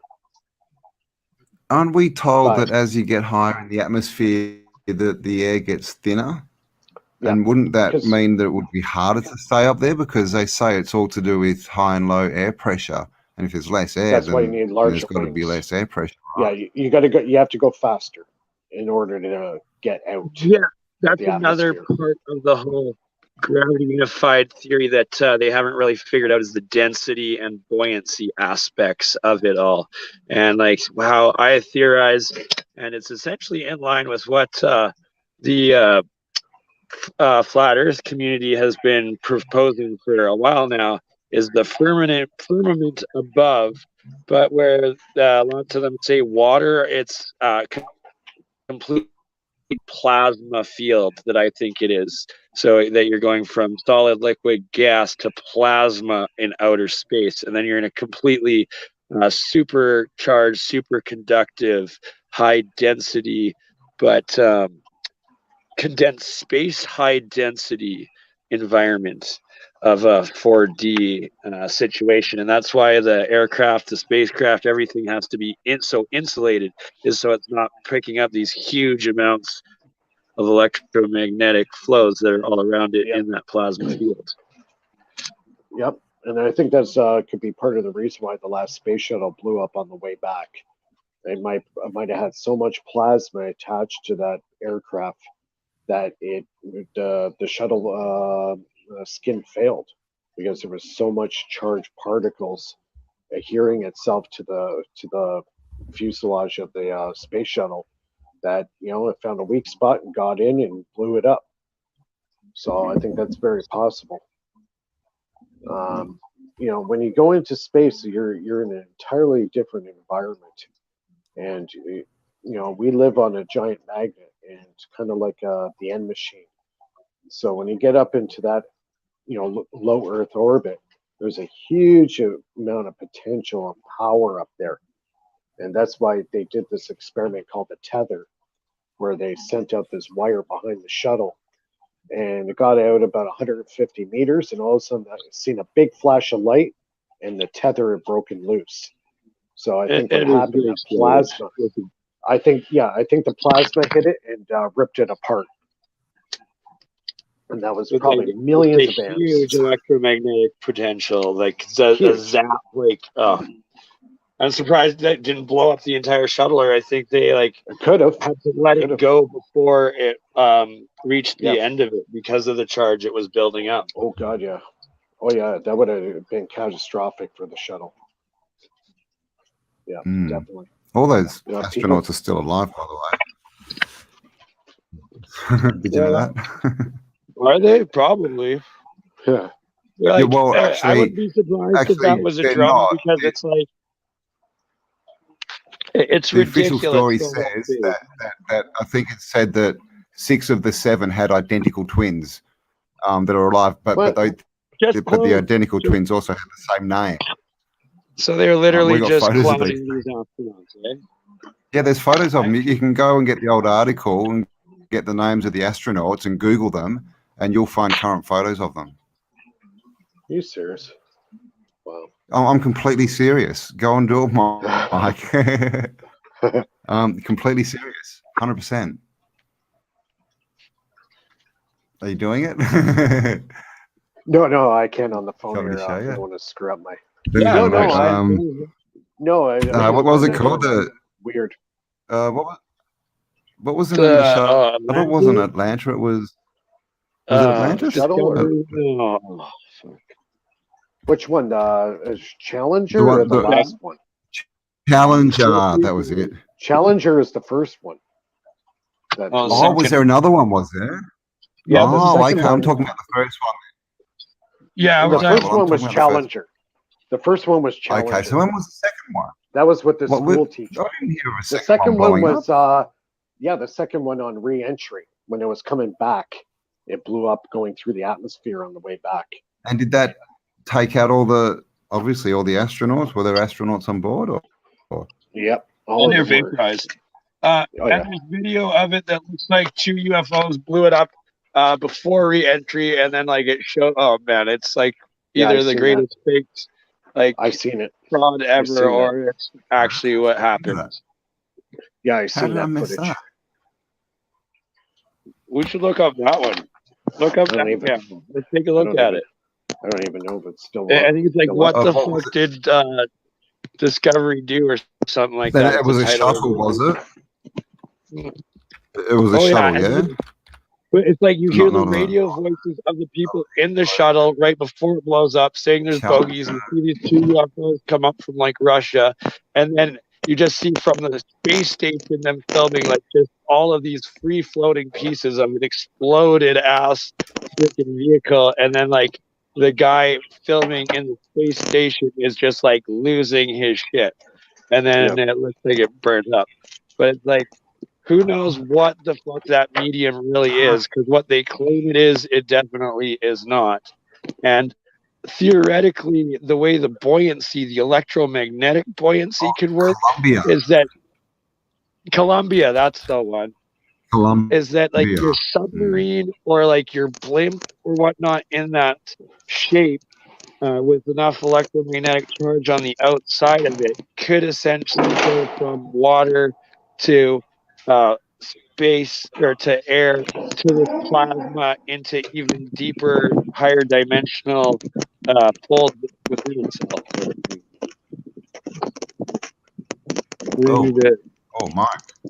Mike, I think you're having a bit of field interaction there. Spark, heavy sparking. Your pixels are elated. All right, who we got here? David, Melissa. Another thing I was actually thinking of is like everybody's all pro Tesla or SpaceX and Elon on his little rocket that just goes up a little bit, half the time blew up on its little way up and then comes straight back down, where it's like not entering orbit, it's not doing anything, and it's like these are the only ones that are really like streamed from the beginning to end, where you're not leaving the camera angles on it, and does not show this craft going into any sort of space. It's like, is that the best we can do? And like, we can't actually enter that space from what Elon is showing in those rockets. Like, there's not a single one has gone into orbit that it actually shows. See, the power this is the thing, and everyone thinks that he's going to space. He's not going to space. Captain Kirk didn't go to space. And I even saw an official NASA video, and they were saying, oh, they do go to space, but in the parabolic curve. So like they're in the upper atmosphere. They do a parabolic curve into space, and then they come back out of space. Yeah, it's low Earth orbit, right? What are you talking about? It's not. And this, of course, comes out because the whole thing about the Van Allen's belts. And you Yeah, know, they've that's interviewed that astronaut, and they're like, well, how did you get through the Van Allen's belts? And he's like, well, we just didn't know they existed. So they didn't matter, you know. But clearly they did, and now they're saying, look, we actually can't go through them. You know, we're pretending it's space, but it's just high Earth orbit. See, you got to realize when you go through the Van Allen belt, if you have any electronics like the electronics that we have today, they would get fried. Now, a lot of the stuff that went to the moon, a lot of their systems were analog. That's why they were able to make it through in one piece. It was all just analog equipment, right? That's right. That's right. But isn't it the radiation factor as well? Wouldn't it actually kill people? Yes.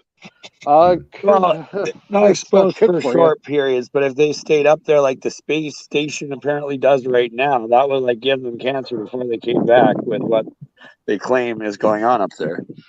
Yeah, they're in low Earth orbit. I don't think they're near the Van Allen belt. The Van Allen belt's a little bit further out than that. But if they stay before yeah. Because as soon as you go through that Van Allen belt, all your electronics will get fried.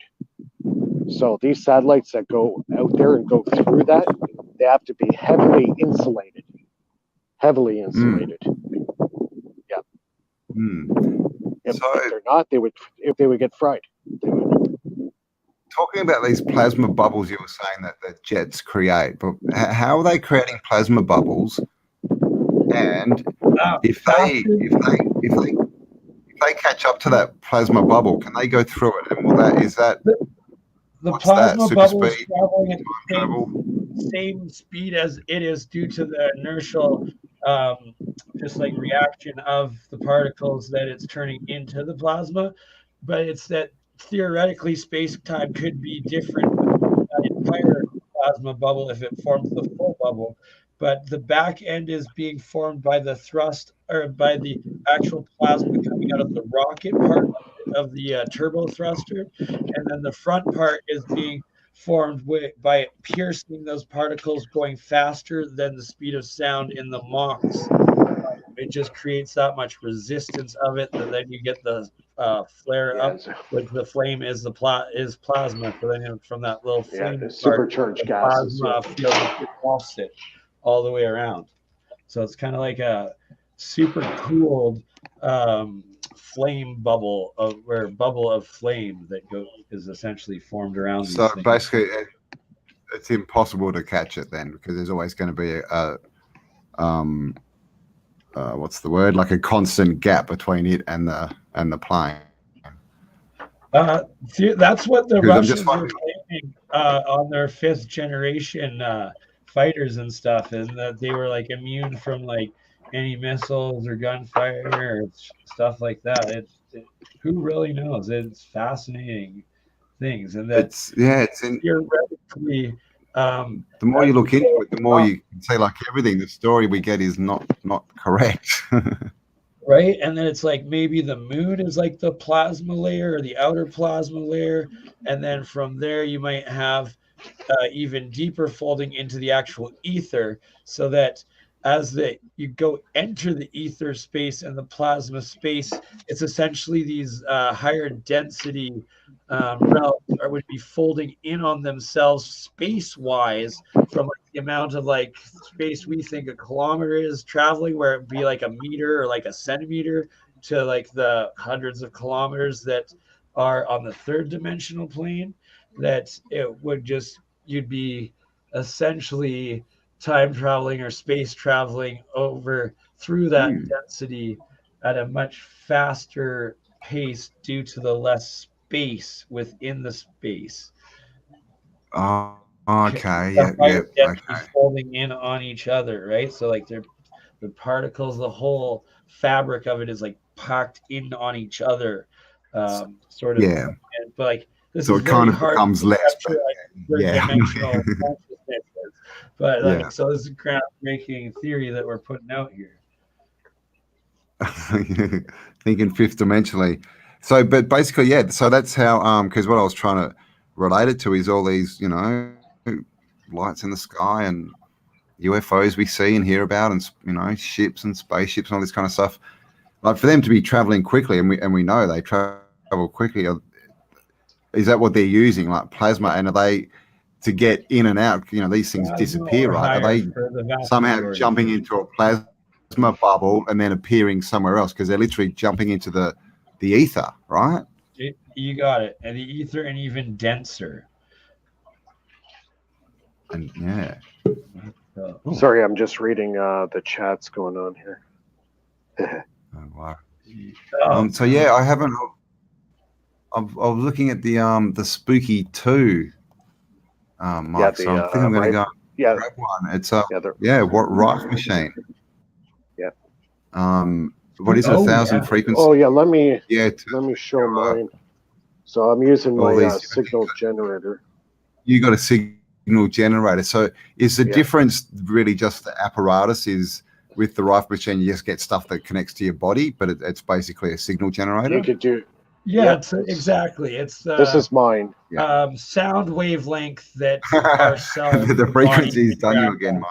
As soon as you get close, the green comes on. Yeah. So that's what I'm pumping in the water now. 528 hertz. Yeah. Nice. And Solfeggio. The lower one is 432. Second channel's 432. Oh, nice. Okay, and then there's the coil setup. So I got 2 coils there, and they're powered up. You can see the LED lights I hooked up to it, and that goes into my water, and that's my structured water. See all the hydrogen. See, I want to get a camera angle in on that, like if glass containers stored as stees or actually in the water where the frequencies are entering it, to see the different plasmoids that could be forming, or like the sound cymatic particle waves that are forming when you're putting these frequencies in. Yeah, it would be pretty neat to see that. And so anyways, is the only power you need is to run that little pump, the little water pump. That's all that it's got on it? Yep, just the pump, That's right at the bottom here. Okay. That's it. And so if I get this Rife machine, I can use it for that as well. I can hook it into water, or I can hook it up to myself. Yep. Chuck it on my cat, see if she stops meowing. You can hook it up to your computer through your speakers as well to amplify those. Yeah, well, you could actually send sound into the water. Really? Yeah, use a transducer and Cool. All right, I'm going to have to get one. My structured water. Hook it up to my Absolutely. So a good friend of mine donated this signal generator to me. It's brand new. It's a 2-channel. Amazing. Oh, you picked that up for free, did you? Yeah, I got a freebie. That's all right. Quantum friend loan. So what do they normally use a frequency generator for? Like, what are they actually created for? Because clearly they're not created for us to make ourselves healthy.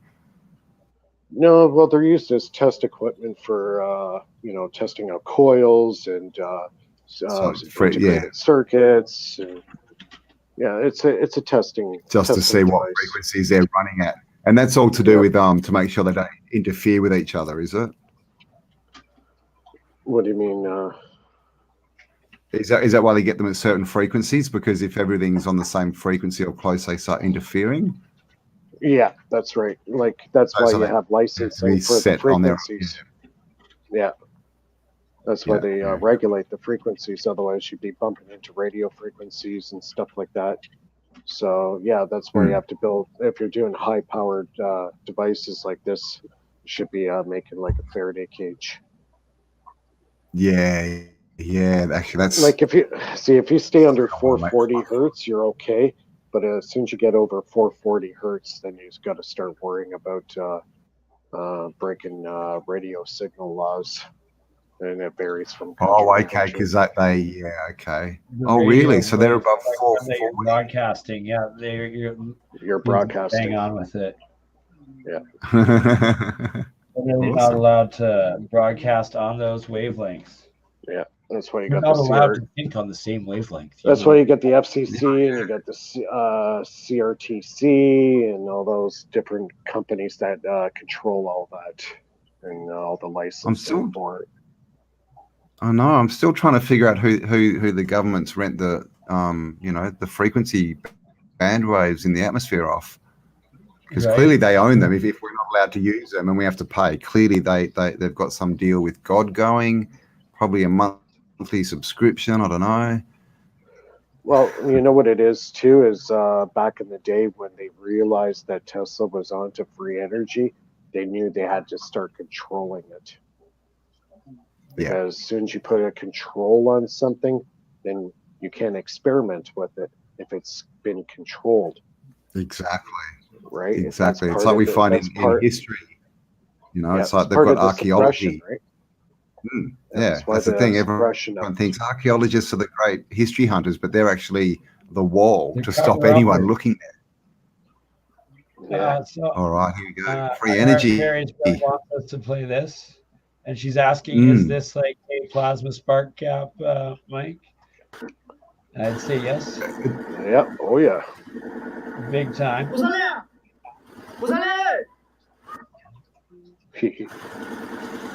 That's awesome. But we got one of those. We got the CN Tower in Toronto. Does the same thing. Oh, really? So see how that's lightning bolts. Kind of sporadic.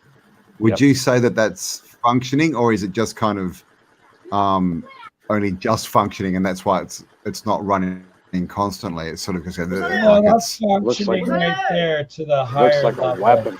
Looks like a weapon. In a storm or something, it'd probably be going off non-stop. That's almost looks like a weapon right there. That's okay. So it's picked up charge from somewhere. Yeah, when you get up to that height there, you're going to pick up a static charge, and it's going to find a ground, and that point is now the ground. And that's when you get the static discharge and like a sparking. Okay, and so so that proves that the top of that spire is connected to a ground through some kind of circuit for it to be sparking. Yep. Well, yeah. So the bottom is grounded somewhere, and then that's proving that it's also connecting through the atmosphere. So plasma charge. That proves that it's not just a spire that's on the roof. It's a spire that is a spark gap. Essentially, that is one half a monopolar spark gap. There's your atmospheric free energy right there. Yeah. There you go, guys. And there's also another one that's, I don't know if it's still functioning, but it was in Bangladesh, Cambodia, somewhere around there. Yeah, we've all seen that one.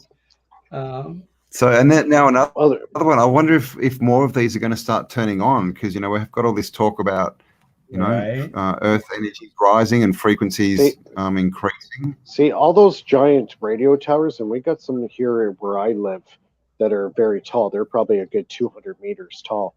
Those things are probably picking up a massive amount of static electricity from the atmosphere. Now, if they were smart, they would start storing that stuff in capacitors and feeding it into the grid. It's free energy right there. What do they do to it? They ground it. It. Do you think that they would be grounding it? No. They're not that smart. Grounding it, are they? They're not that. Yeah. Oh, yeah. They're grounding it. That's why. To get that connection, it has to be grounded. Oh yeah. For sure. Of course. It has to be completed to ground. But the thing is, what I'm saying is, look at all that power that they're losing. That power should be fed right into the grid. We're theorizing that it is, Mike. That it's. I don't think. Antiquitech, some of them are still running to some degree. I don't think they're that smart personally. I wouldn't give them that much credit. I think it's a lot of wasted power there. All these big radio antennas are giant energy collectors. They really are. Right? Exactly. And you don't think the guys that were designing them and know what they're building don't know that and haven't figured something out to be harvesting it just a little bit? You're looking at this stuff and you're saying, well, look at all this power come in.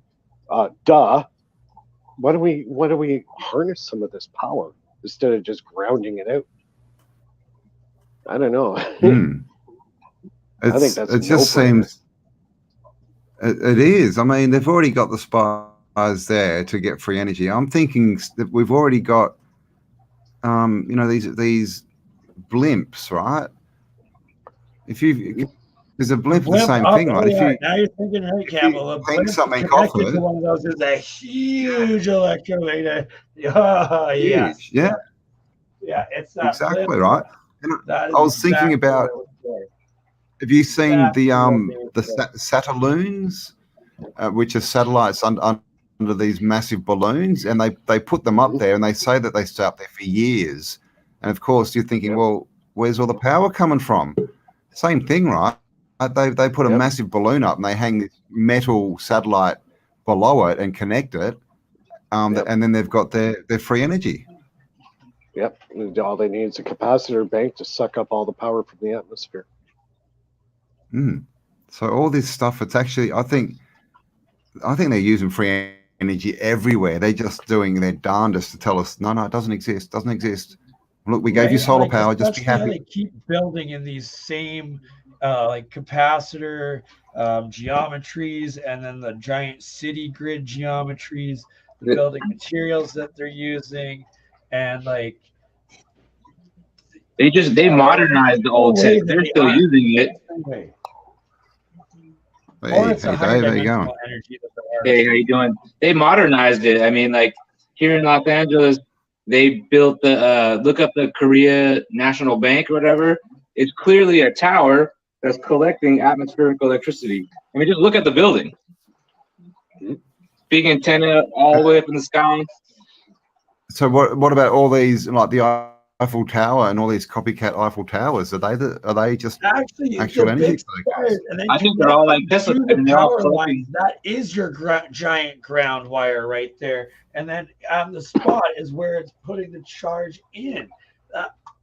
The power, they're not sending any power from the power stations. They're power's not getting sent from there. Grounding wire that is. Oh, I can't imagine. I can't even imagine how much power is coming out of the CN Tower in Toronto. So if you had a grid, like if you had like a circuit of like in buildings, and you've got all these spies and they're all connected into a circuit, can you then use that energy to run lights? Say you can have a light circuit in there before it gets what to Tesla, what Tesla batteries? says. What Tesla writes is you take that high power of radiant energy, whether it's coming from a spark gap or from the atmosphere, and store it in a condenser, which he's saying in modern day it's capacitor. And you store it in capacitor. The second you store it in a capacitor, you can now rectify it as DC or make it into AC, whatever you desire, at whatever frequency you wish. He says you have to get that power in a capacitance state. As soon as you do that, you can do whatever the heck you want. So you can literally have it coming in. You can have one circuit for 12 volt and have all your 12 volt bits, and then you can have a circuit for your 240, your three phase, whatever you want. Anything you want. Because the main thing is this.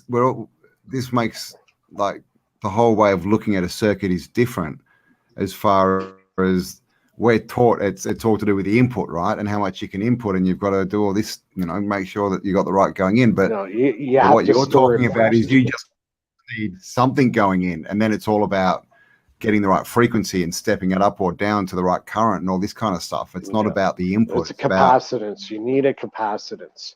Like all my experiments. You nailed it, Cambell. You absolutely nailed it. You need capacitance in your system. As soon as you have the capacitance, then you can transform it any way you wish. And even Tesla says the same thing. And so they used to be called condensers, hey? So you called it a condenser. So is that common knowledge that in the electrical field that a condenser is now a capacitor, or is that something that's been done to sort of confuse?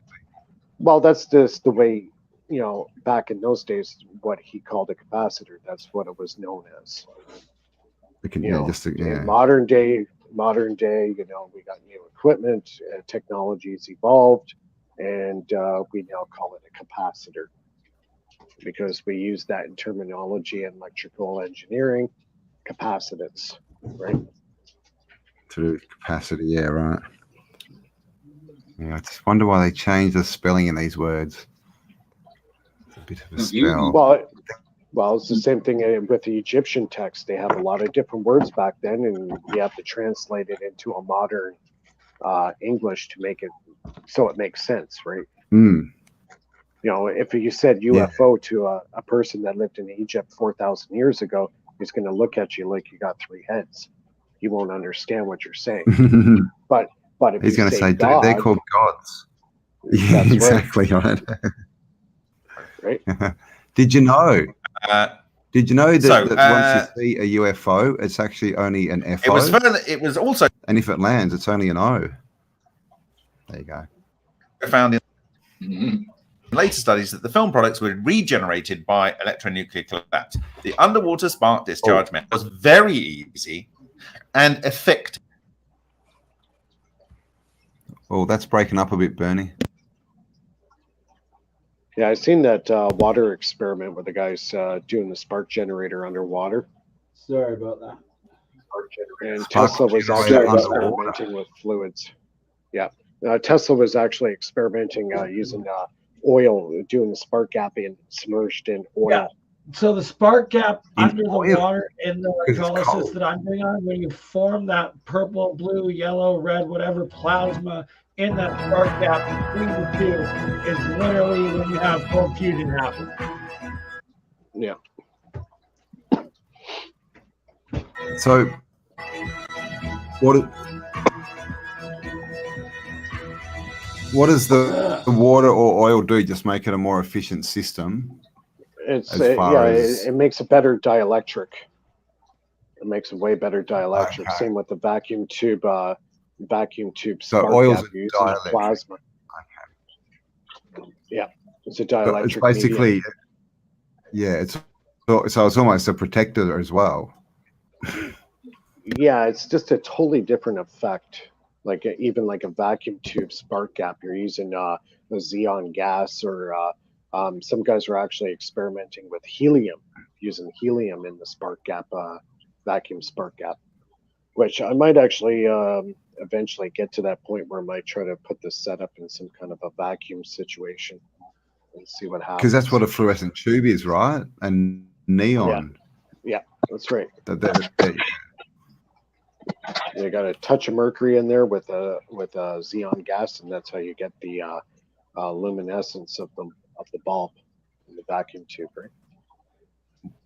That's why you can hold them and put them in a field and they'll light up. And he'll do a better job of explaining it than all of us. But basically, it's anytime you have that plasma field happen, you start having nuclear fusion happen.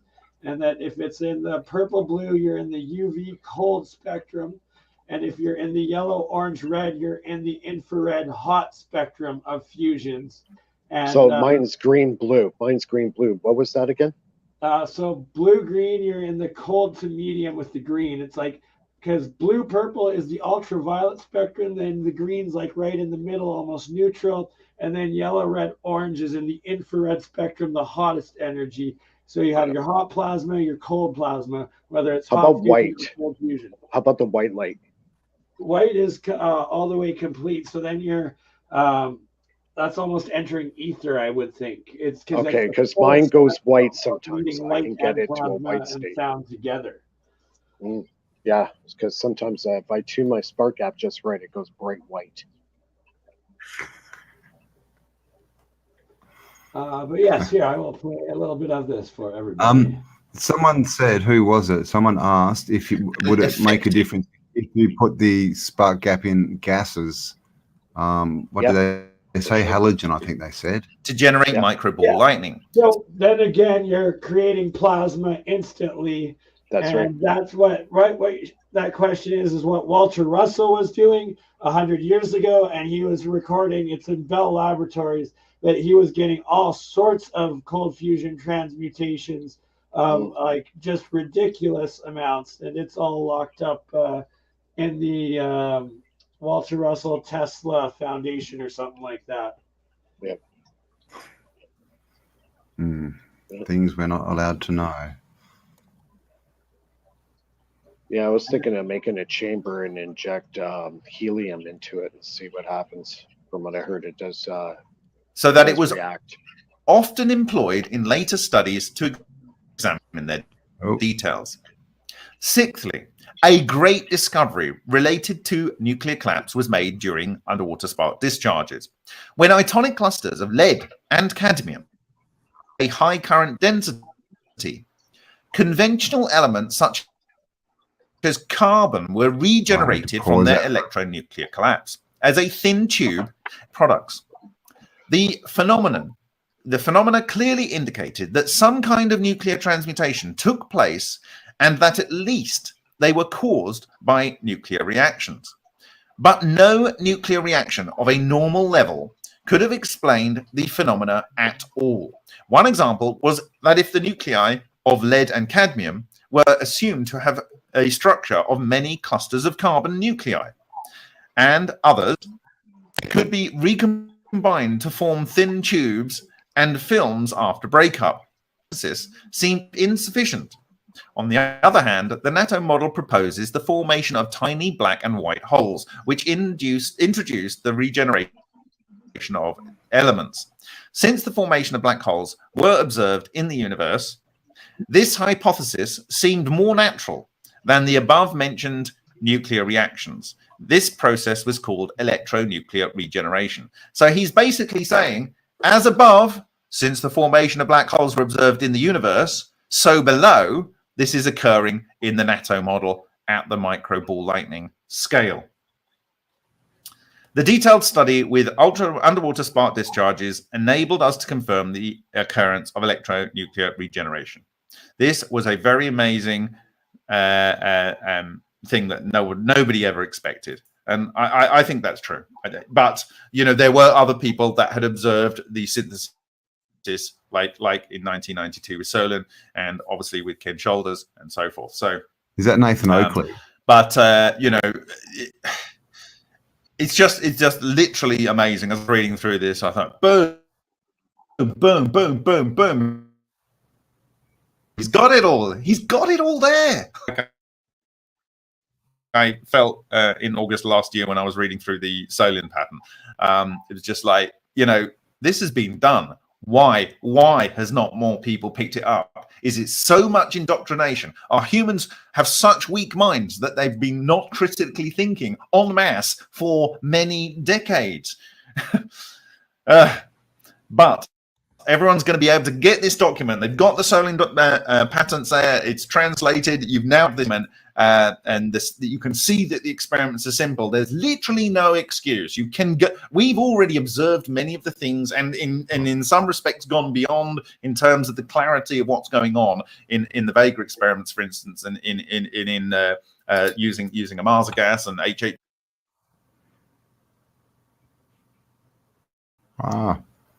You there, Bernie, have you pressed play and run away again? I'm here. You can hear me, Mike? Okay. Yeah, that video was a bit cut up. We haven't got the best connection there. I'm not... yeah, exactly, Vander's one. It wasn't Nathan Oakley because there was no swear words. No, sorry. I am here the whole time. But basically, he's reading Matsumoto's paper from the 90s. And that's Bob with Martin Fleischmann program. And he is like a hero to me because he explains absolutely everything I'm doing in my alchemy and what I've come up with, and is laying the foundations for it with other Russians' works along with Matsumoto and his own. And he's like a UK physicist or professor for like the last 20-30 years sort of thing. And at first they were like trying to like outcast him, and now where he's coming into APEC as well. He's putting part of the global breakthrough energy movement, and it's just all coming together now where there's so much resounding empirical evidence to show that it's all a sham and this stuff is real, that it's amazing. But I'm going to be doing an interview with him here in the next couple of months, and he's also going to be on APEC in the next couple of months as well. But like I love his passion. Like, are people this stupid? Like right here, 30 years ago, it's showing that cold fusion is freaking happening. And it's like it's a 2-hour stream, but literally just reads off like 80 different examples of real scientific experiments that are proving cold fusion.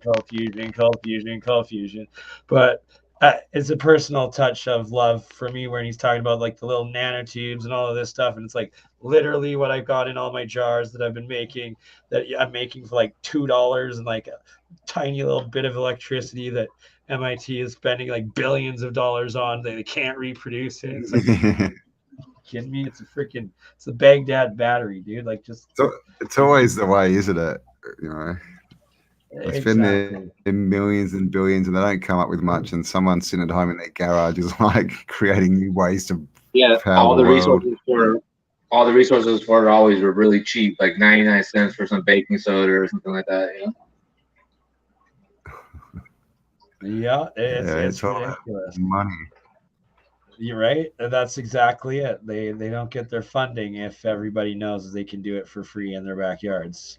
And the next part That's is like with the spark gap done right. I mean, why do you think they really did prohibition? I mean, so you wouldn't brew your own gasoline at home, right? And like literally, I was about to say, the spark gaps in that water done at the right frequency. It takes like the littlest amount of electricity to just turn salt water right before your engine into hydrogen, atomic hydrogen, Brown's gas, oxygen, that you'd feed right back into it with exponential more gains in that explosion in your motor, that you're just running salt water with a tiny little spark of electricity and then producing water, and you're actually having your combustible engine just completely running on salt water with just the tiniest of mods. And that's what I will eventually be figuring out, and we will. Well, put it together, because I'm not going to do that on my own, because that's how you get fucking knocked off, hands down. R.I.P. Stanley Myers. Or do you think that's going to be the future form of travel? I mean, here in California, they're banning gas cars. I think, are making you go to electric at least. The European Union just signed the biggest future hydrogen fuel, and it's hydrogen for vehicles infrastructure plan in like world history or something. Yeah, but you don't see any flying vehicles coming into the picture in the future. Well, they're just going to try to control it and be like, you have to buy your hydrogen off of us for $500 a tank, when you just that little D battery, enough coils in there. It's like the whole biodiesel thing. Remember they brought in biodiesel, and they're like, oh yeah, biodiesel, yeah. And then they basically wanted to sell it to everyone, but everyone started like just collecting oil and making their own. And then suddenly this whole push for diesel disappeared. So it's all, it's unfortunately all about money in the end. But Babylon's falling. Yeah, that's what I'm saying. Like, everyone's talking about this future. I don't think that's the case. I think that we're going to see people creating these devices, these fuel sources, all types of stuff, and it'll be fine. It'll be in an open market, and people will be happy for it. Exactly, I agree. We've got all the answers already, and this is what it is. It's building a new system that's not a system, right? It's just everyone doing what they're good at, sharing the knowledge, sharing their resources. And then everything becomes cheap, and everything becomes for people, and you eliminate crap like all this tax, because tax is just radiation for money, right? Like the electrical system. They build it so it loses 90% of its value. Same with money. Exact same thing. That's what tax is. I mean, so as long as once we get rid of that. Bob Lazar for the hydrogen vehicle, and I had some decent faith that like, hey, Bob Lazar must be legit. He's talking about his hydrogen vehicle, and then it's like I started talking to Jeremy, alien scientist, and it's like, you do realize what type of hydrogen he's using and all this stuff, and that's like I relisted, and he's trying to claim that he has his own particle accelerator in his backyard, that you then have to use the particle accelerator to get harness the hydrogen, and then you need this like crazy graphene crystal block to store the hydrogen, and it's like, no, you just need to spark the water right before it goes into the combustible engine, not for like just element 182 28 35. Like, that's ridiculous, but I want to see the video of him building a particle accelerator in his backyard. Right, exactly. Are you serious? Yeah. And then this is the thing, right? So they try and tell you. They try and tell you need a particle accelerator when all you need is what? Just a low voltage, basically. It's electrolysis. Yeah. That's God. But this is and they're going to start pushing. You watch, it's coming. Well, I don't know. They might collapse before, but you know this whole green agenda, right? They keep pushing. You know, we're killing the world. We're killing the world. Evil humans, but they won't. They won't let us. They won't let us use cars that run on water and put off no emissions. Hello. Right? And it's once the cat's out of the bag that you can literally just shock water right before it goes into the combustible engine with like just the tiniest poke, and then it puts out more water and it gives you that full combustion. Like game over, gasoline, car industry, everything. And it's like Aaron here has the comment of, I saw him demonstrating the hydrogen into or water into hydrogen. It's like you put that's like all electrolysis is any anode and cathode into salt water. You're producing water into hydrogen and oxygen. Hydrogen, Yeah. That's it. And with these bloody fuel prices in the USA and all around the world, no doubt. But with fuel prices, everyone's going to start building this stuff because it's all online. No one's going to want to pay, you know, because the USA, I mean, their prices have almost doubled, I think, in the last 6 months. Well, they don't even look anymore. I mean, there's no point. You know? It's just a number. I mean, it's just like here's some paper. Do you accept this as currency? Here it is. You know, like I don't even care. I think that's living in lack. I mean, honestly, they could put $1,000 a gallon, and I'll just pay it. Like it doesn't matter. That's living in lack. I could attract whatever I need. But you saved 16 cents on your Thanksgiving meal, mate. Come on, bit of gratitude. Oh, Joe's looking out for you. Yeah. Let's go, Brandon. GMO turkey. You buy your GMO turkey, you take away a little bit of your life to save 16 cents per gallon. So, Mike, if I need to, what are you using to put that signal from your signal generator into the water? Is it like through an anode cathode? Is it through a speaker or what? I'm using 2 coils. Nice. 2 coils, yeah. A coil for each frequency. One's 528 hertz, the other one's 432 hertz. 50% duty cycle at 12 volts. Yeah, so you are onto the absolute right thing. I think as we may combine 1 or 2 more of the solfeggios in with it, Bluey something YouTube, free energy YouTube.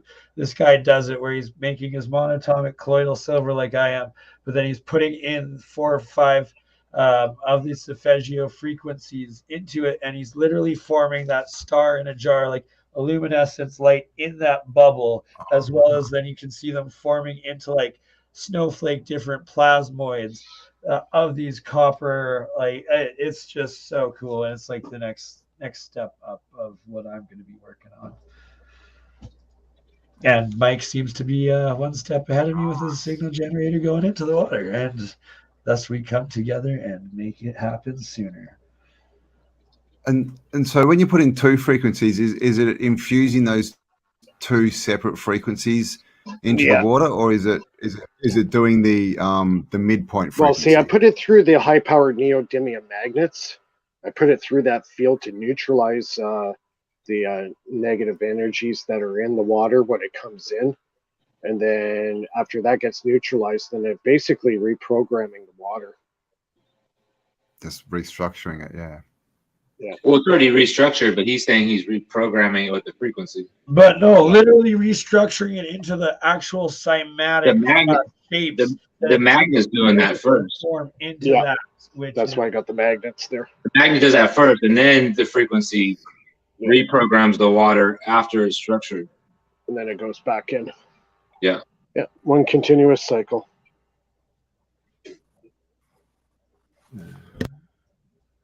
And so with a Rife machine, he's worked out what is it, 1,000 different frequencies or something that 200. You know, 200. I sent. I think it sent Bernie the list of all the different frequencies. I've got it somewhere. Didn't he do all his experiments in some type of box, like a refrigerator type box or something? What, James Rife? Yeah. I think so, yeah. There's a lot of stuff on it. He started off literally I've always just wondered, like, why did he do that in the box? I think people like went and saw him for treatment. It was for control of the blocking out radiant energy, I think, for some of the initial or the control experiments. Yeah, maybe shielding. Yeah, shielding. Yeah, shielding, yeah. What the hell was I just going to show? And so with structured water, if you can you tune that water, you can tune it to any frequency you want. So literally you could use that as healing water. Like if someone had a problem with their back, you could find out the frequency from Rife, put that frequency into your water, and give it to the person. 200 listed. That should heal their ailment, right? They used to use a lot of. Oh, they used to use a lot of bells with on actual streams.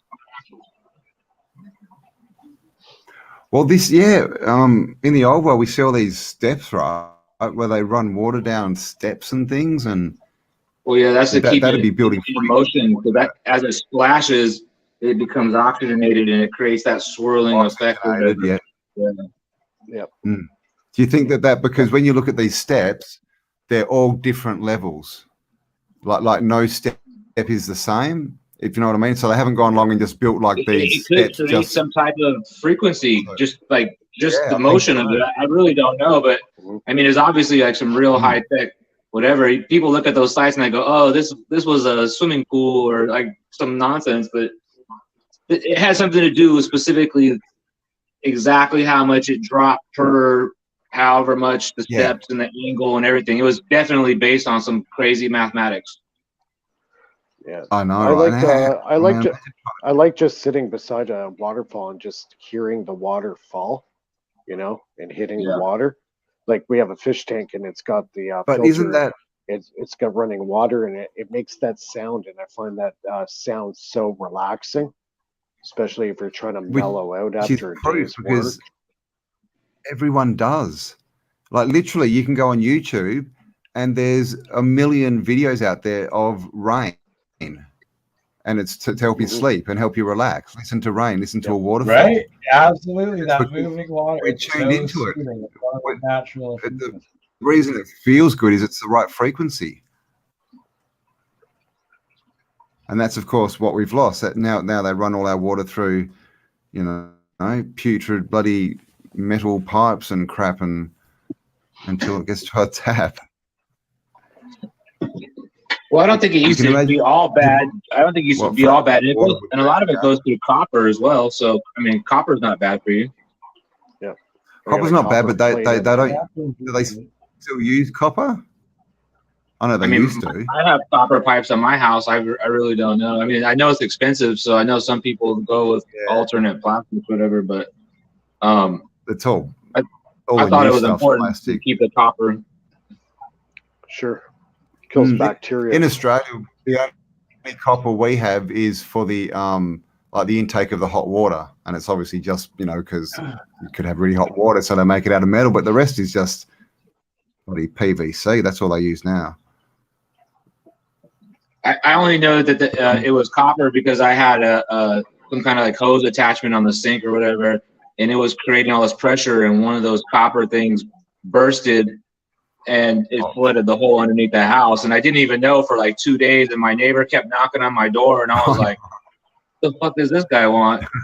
And I finally went out there and he's like, dude, something's flooding. Right? Oh, yeah, mud flooded into my yard. I was like, oh, okay. But that's the thing. I mean, copper would have been so much better. It would have sort of cleaned the water as it was going through it, like frequency-wise. Well, that was the whole point. And, they start phasing out the copper because, like you said, the cost, right? And as soon as about the 80s and 90s came up, they start to fade out the copper and go with everything's plastic. Everything's plastic now. Yeah, and supposedly that's like, you know, like I use some plastics to make tea brewers and stuff like that, but supposedly it's safe for drinking consumption. But I mean, who knows? I'm sure you're getting some type of plastic residue from it regardless. Yeah, you got to worry about the Always the BPAs. plastic is toxic, and copper Yeah. is healthy and inverse. People used to drink out of the copper cups all the time, and they had Yep. silverware. It was actually silver, and you would get colloidal silver. I mean, you would just get it just from using your silverware. Right, Yep. exactly. You would get all these minerals. Like they knew how to get just the right amount per day, so no one got any like heavy metal. So I'm gonna play a little quick clip here from the plasma channel, and this relates more back to your work, Mike, of how the spark gap and inversing it with the high powered, like accurate transistors and capacitors, but he's putting in the spark gap a flame out, and a pure white flame of cold plasma that then he has sound playing as a speaker, turning that plasma flame into a speaker at the same time by putting the specific sound frequencies through the circuit as well. So what Mike's doing with the spark gaps is like an inverse of this reaction, essentially.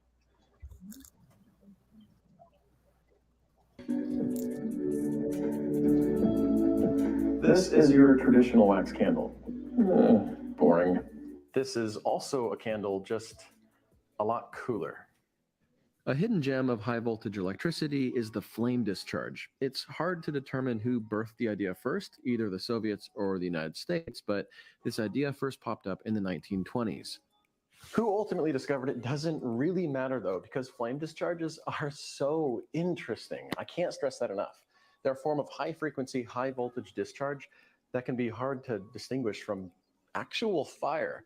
In fact, small flame discharges resemble a small candle flame. Well, with the help of my friend Leon from the Tesla Undamir YouTube channel, I'll be making my own plasma generator capable of not only a plasma flame, but also wireless power transmission at the same time. And you can bet there'll be acrylic. If you're new, you won't get it.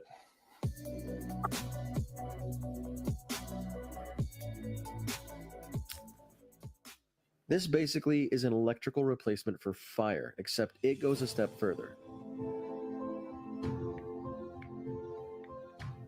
It's totally silent when operating, and being high voltage in nature, it's attracted to a grounded object. So fire that's attracted to you. Sounds legit. This candle's powered by 16 to 32 volts at about 4.5 amps. The flame discharge you see results from a Class E 10 megahertz oscillator. That means the electricity bounces back and forth 10 million times a second, which permanently ionizes the air into a flame. Being high frequency, high voltage AC, it's able to wirelessly light a variety of bulbs and tubes from several feet away as well. It also apparently cooks walnuts. Now, ultra high frequency circuits like this aren't exactly my forte, so to speak. And that's where Leon comes in. He's basically a modern Tesla, sounds like Schwarzenegger, and specializes in flame discharges. So we sat down for a quick Skype session to kind of hash out the finer details of how exactly to build this. So like, how long have you been building? Okay, I think I built the first plasma flame generator in winter 2016. Yeah. But my device was very bad, and I produced a 1 centimeter flame. But it's so awesome because you don't use a tube, you use a MOSFET, and they're so small and tubes are so big. And everybody is building a plasma flame generator with tubes, but with MOSFETs, I think only a couple of people do this. Before you, all I ever saw was like a couple of Russian channels that used like the good old Russian vacuum tubes. So it's kind of cool seeing it with like the MOSFET style and whatnot. But this is my prototype so far. And it looks good. It's like falling apart, the secondary coil, because I don't.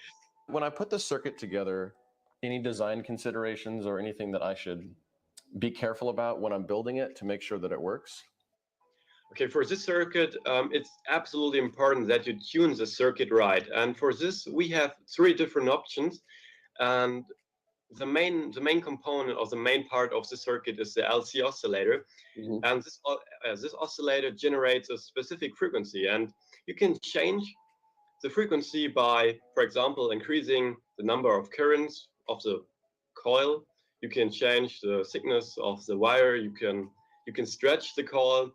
But you can also increase or reduce the capacity of the capacitor, stretching it or using thicker or thinner wire. And by stretching it, you mean like physically making the resonator coil taller or shorter? Yeah, okay. Exactly. When it comes to the potentiometer in the circuit as well, like that, what exactly is the purpose of the potentiometer? It's very important to generate a voltage of maybe 5 to 10, 12 volts at the gate, because when there is no voltage on the gate, the circuits don't start oscillating. Like a voltage divider then, sort of? Yeah. Okay. The Zener diode is for to be safe, that the voltage is not getting higher than 12 volts, because then the MOSFET will die. Will blow up. So it's kind of like a fine line of it, like working and then like blowing up. Okay. And the position of the coil is very important. Today I figured out some new combinations, and it works much better when you put the primary coil a bit to a bigger distance. Yeah. We formed a pretty clear plan on how to proceed, so I went ahead and started the build. Little did Oblivious Jay know, building it wasn't even half of the work.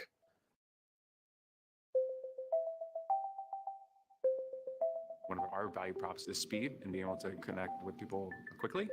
Working with Lucid allows you to... Wow, a heatless candle. Minimal follows the schematic.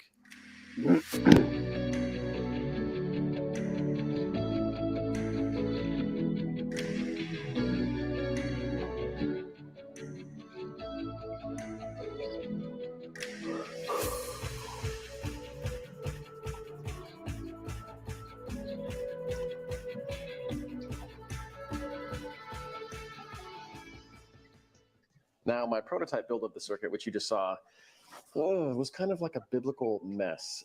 Somehow it still worked, though, and I'm not quite sure why.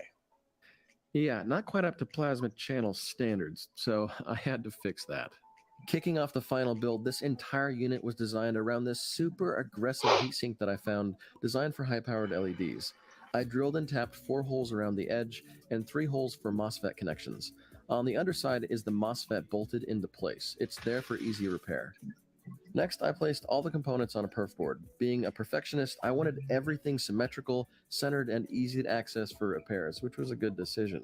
These components are wired exactly as called for by the schematic, so for a precise step-by-step build of the components, go check out Leon's video on his channel. Then I drilled 4 matching holes in the board and bolted it onto the heatsink. The MOSFET was then soldered to the circuit as well. Then came the infamous acrylic. This upper support houses the primary coil and the main resonator. The primary coil form is 5.5 centimeter wide tubing, the platform a 10 centimeter disc, and an acrylic ring in the center with a 1-inch inner diameter. The ring acts like a socket for the resonator, which is pretty cool. Speaking of resonator, it's 160 turns of 0.5 millimeter wire wrapped around 2.5 centimeter acrylic tubing. The last 2 holes were drilled to allow for connections from the board to the primary coil. Then the base of the resonator wired to its respective connection. 5 turns of 1.3 millimeter wire make up the primary coil, which is designed for easy removal. Finishing off the build is a bolt for a breakout point. Oh, I also placed a switch between the power connections and the circuit. I'm loving how the design came together, and the build only took a couple of hours. Tuning it and tweaking it, on the other hand, took dozens of hours. I'm not even kidding. You see, the goal is to get both the resonator and the oscillator resonating at 10 megahertz. And as Leon pointed out, this circuit kind of has to walk a very fine line in order to operate. And if you fall on either side of that line, you either blow up components or the circuit hardly works. So this is the journey that I took to exchange my sanity for a candle. My first design used a 1.25 inch wide resonator form with 0.8 millimeter wire, 2.2 nanofarads across the MOSFET, and 6 turns on a compressed primary. Connecting it to power and switching it on, nothing. Adding an additional 2.2 nanofarads across the MOSFET, and it lit up fluorescent tubes, but that was about it. This indicated, though, that oscillations were present, just mismatched. I then tried a second resonator, 1-inch diameter, 0.4 millimeter wire, 2.5 inches long. This produced a 1/2 inch flame, and I got super excited. A 4-turn primary. This killed the oscillations altogether, no flame. I tried raising up the primary and lowering it down, same result. A 5-turn primary. Oscillations at 10.5 megahertz and an aggressively fuzzy flame. Stretching or compressing the coil changed how feathery it appeared. A 7-turn primary. The frequency dropped to 8.3 megahertz, and it produced a super hot arc, but no flame. Stretching or compressing it only seemed to adjust the intensity of the arc. Settling back on 6 turns, the frequency held steady at about 10 megahertz, and I was back to square one with a half-inch flame. I then tried a third resonator, 1-inch diameter, 0.5 millimeter wire, 3 1/4 inches long. This produced a 3/4 of an inch long flame that was super awesome. Like it already looked like a candle. Running through the same primary coil variables, I tried 4, 5, and 7 turns, and 5 turns lowered down produced the biggest flame by far. With 5 turns on the primary and the third resonator working best, I focused on optimizing the primary height. I stretched it fully, I stretched it partially, I moved it up a little bit, and I moved it up a lot more. I was losing my mind. On my final brain cell, I found that 5 turns compressed and raised 3/4 of an inch was magic. I turned it on, and no, actually, check this out. 4 to 5 centimeters long, or 1.5 to 2 inches long. Super hot. And adjusting the input voltage changes the flame size. I kept killing MOSFETs though, so I tried 5 different inductors of different shapes and designs, and finally settled on 20 turns of 0.5 millimeter wire for the final inductor, and I haven't killed a MOSFET since. Having an oscilloscope also helped to work out the kinks, so a massive thank you to Daniel from Keysight for the scope, and to Electroboom for the referral. Okay, so Leon is the de facto expert on these plasma flame circuits, so I'm going to let him talk a little bit about how this circuit works. So guys, I will now tell you briefly how the plasma generator works, or rather why it can work with MOSFET at all. Because MOSFETs hate high frequencies, 10 MHz are nearly impossible for them. The main part of the circuit is a simple LC oscillator which has a specific resonance frequency. The frequency depends on the dimension of the coil and the capacitor, for example 10 MHz. If we now add a resonator to the oscillator, it will be excited to oscillate if it has the same resonance frequency. At the upper end of the resonator, such high voltage is built up that a plasma flame is generated. The higher the frequency, the more the lightning becomes a flame. But why can MOSFET switch such high frequencies? Also, they are not made for it. The keyword is zero current switching. So that means that the MOSFET always switches at the point where there is no current flowing through the oscillator. This is super efficient and the MOSFET has no problem with it. Unfortunately, zero current switching is not so easy to set because the circuit must be optimally tuned for this. Taking all that theory and smashing it into a package like this results in this. A flame made of pure plasma, hot enough to melt steel. It also puts out a wicked strong EMF field that can light up light bulbs wirelessly. Pretty much the only candle that lights your lamp for you. Flame size can be adjusted with the turn of a knob, and the thing is just freaking beautiful. It's the perfect little candle that never runs out of wax, and it's great for a lot of stuff, like a romantic date with somebody that you love. Somehow you always get me. How's the salmon? A quick note, I'm aware that some other YouTubers, Styropyro, have made some freakishly large flame discharges before. They have amazing videos about them. However, I really like my limbs, and something about the prospect of vaporizing an entire hand off doesn't seem very appealing to me. So I prefer this smaller size for now. And speaking of safety, the flame is made of plasma, which is much hotter than fire. So if you ever happen to build one of these, don't be this walnut. It's also always a safe bet to use the one-hand rule at all times. Hands down, I think this is my favorite project, and hopefully you learned something new from this video. If you have any suggestions for design improvements or any questions, drop a comment down below. And also, a massive thank you to all my Patreons for helping me to afford blowing through this many MOSFETs. This many MOSFETs is not cheap. Also, thank you for taking the time out of your day to watch this video. Until next time, you stay classy.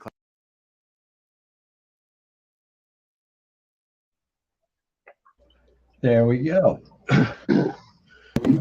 Mike, I'm going to go for nice. On that first. Yeah, I'm going to head out for the night, guys. It's midnight here, so I got to be up in the morning. So oh, wow, yeah, I was on 2.5 for hours. 2.5 hours. Yeah. 2.5. You've done well. Thank you, Mike. Yep. You are a Stream well, mate. beyond. Sorry, Mike. Have a good one. Joining us. Oh yeah, I'll be making more videos this week on my channel, so I will check them out. check it out right now, because everybody, please give Mike, go over to his channel, give him like and subscribe. Yeah, he needs some more followers. He needs to hit 1,000. He needs about 200 followers. Faraday Research channel. I will post that. Faraday Research. Help him get 1,000 followers. Bernie says, get it Exactly. before Christmas. You'll get it this week. What are you talking about before Christmas? Sounds good to me. All right, guys, have a good night, and again, thanks for everything. Don't get shocked by your capacity. I've just posted right, Mike's channel chat, so everyone go across and subscribe and share. And thank you, Mike. Have a good night's sleep. Yep. Take care, Campbell, Bernie, everybody. Thanks, and we'll see everybody next week. We will. We'll talk soon. Cheers, mate. Cheers. Take care. Bye. So think of like those domes, the tops of the cathedrals, almost in that plasma flame sort of spectrum, because they're putting the sound frequency, that's the oscillator, in with the perfect transistor, which is your electric frequency, and combine the two and you get that pure plasma flame.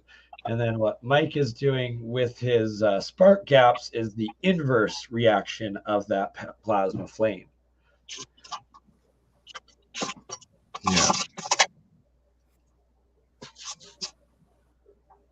Yeah. In the bottom left-hand corner here, you can see all these little white sea monkey-like looking things forming. That is your monoatomic silver, copper, and zinc that I have in that one.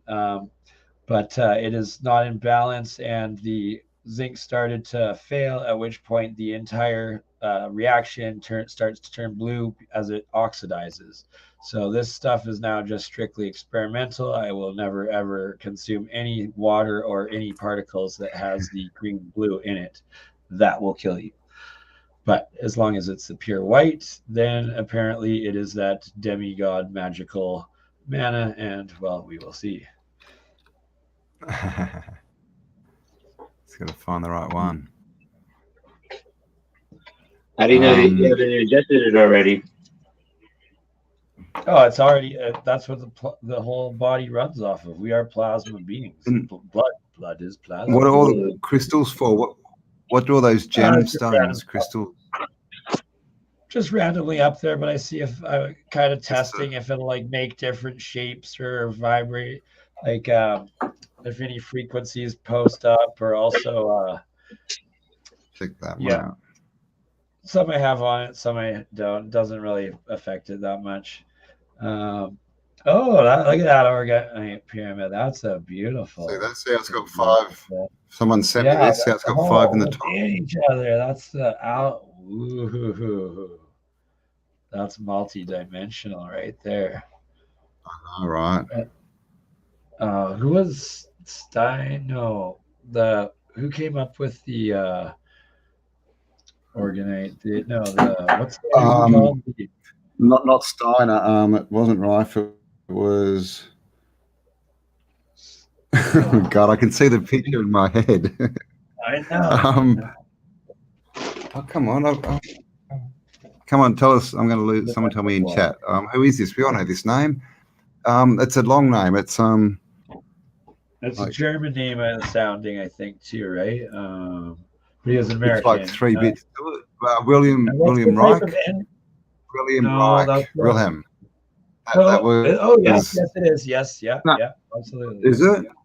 I think so. William Reich. Tom, why don't you join up with us? Yeah, absolutely. So also after that crazy stream of 50 hours, my voice is still not recovering. It was Amber's birthday yesterday, and well, it was a long weekend. I do there with some honey. Happy birthday! I've been taking honey. It was just a wild weekend after all of that. Point being, I've structured it now where I'm going to do these 48-hour streams every second weekend. David, if you're down, and Callum, if you're going to come in and join. You guys are going to co-host some parts of it, but that we will also have like Apex, because I'm co-streaming them for like 8 or 9 hours on the Saturday. We'll get Paul at What the Flock to come in and do What are we going to talk about, though? thing. And then I've got a couple artists that are going to come in and do teaching art for it. And then PMG Crypto Project Moon Gold. He does 3-hour daily TA every day, and literally the best crypto education and crypto market for trading in the moment, making your gains. Channel will be also doing about 6 hours out of that full 48, so that I'll probably only be about 12 hours of me myself in it, but only 12 hours of Bernie this time. We're being ripped off. Yeah, people want the 48. They want you to be involved in every segment, bro. Come on. You're right. I'm just like, yeah. Who was it? Is it Hippie Shake? Hippie Shake wants you to keep talking because she's going off with your husky voice, mate. She loves that horsey horse. She loves it. Yep, she loves it. Just don't take ivermectin or it will go away.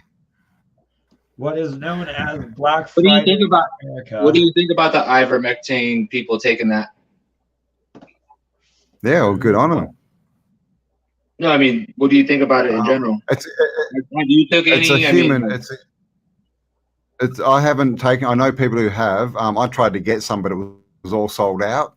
In Australia, you cannot get any and it's all made for horses, so they say. Can't get it. Yeah. But basically, it's a human drug. It's a human drug. It was developed for humans. They found out it worked too well and it would cost them too much money, so now they only allow it on use with animals.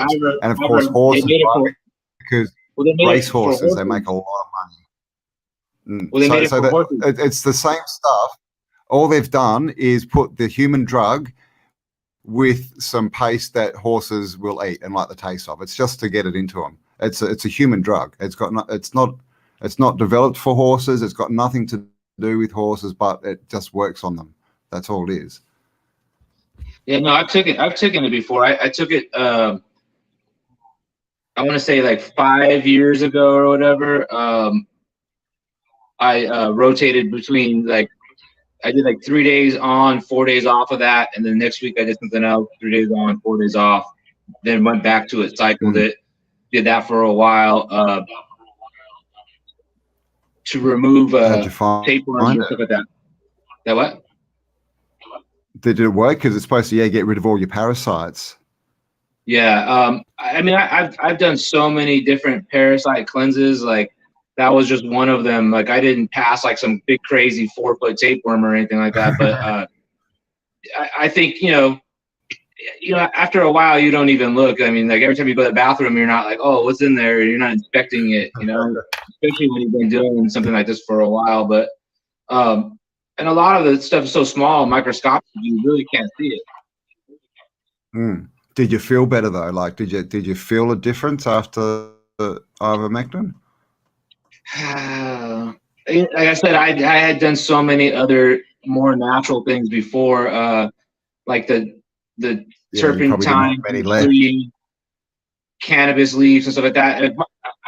My whole belief system is that medicine kills the soul. Like manufactured that type of pharmaceutical type medicine kills the soul. So the reason I stopped wanting to take anything like Ivor or any of those things is like it's a pharmaceutical at the end of the day, like no matter what. So do I really want to put my faith in that, or do I want to put my faith in nature and trust into that everything is coming out the ground for me to heal myself, and all these cures come from the trees and the plants and the herbs and the whatever else. So I said before, like I wasn't against it. I've used it. I know a lot of people that use it to remove filarial worms. People that get diagnosed with multiple sclerosis. There's a doctor, Mark. I can't recall his last name, but he did autopsies on a bunch of people that were diagnosed with MS, and he found filarial worms in the spine.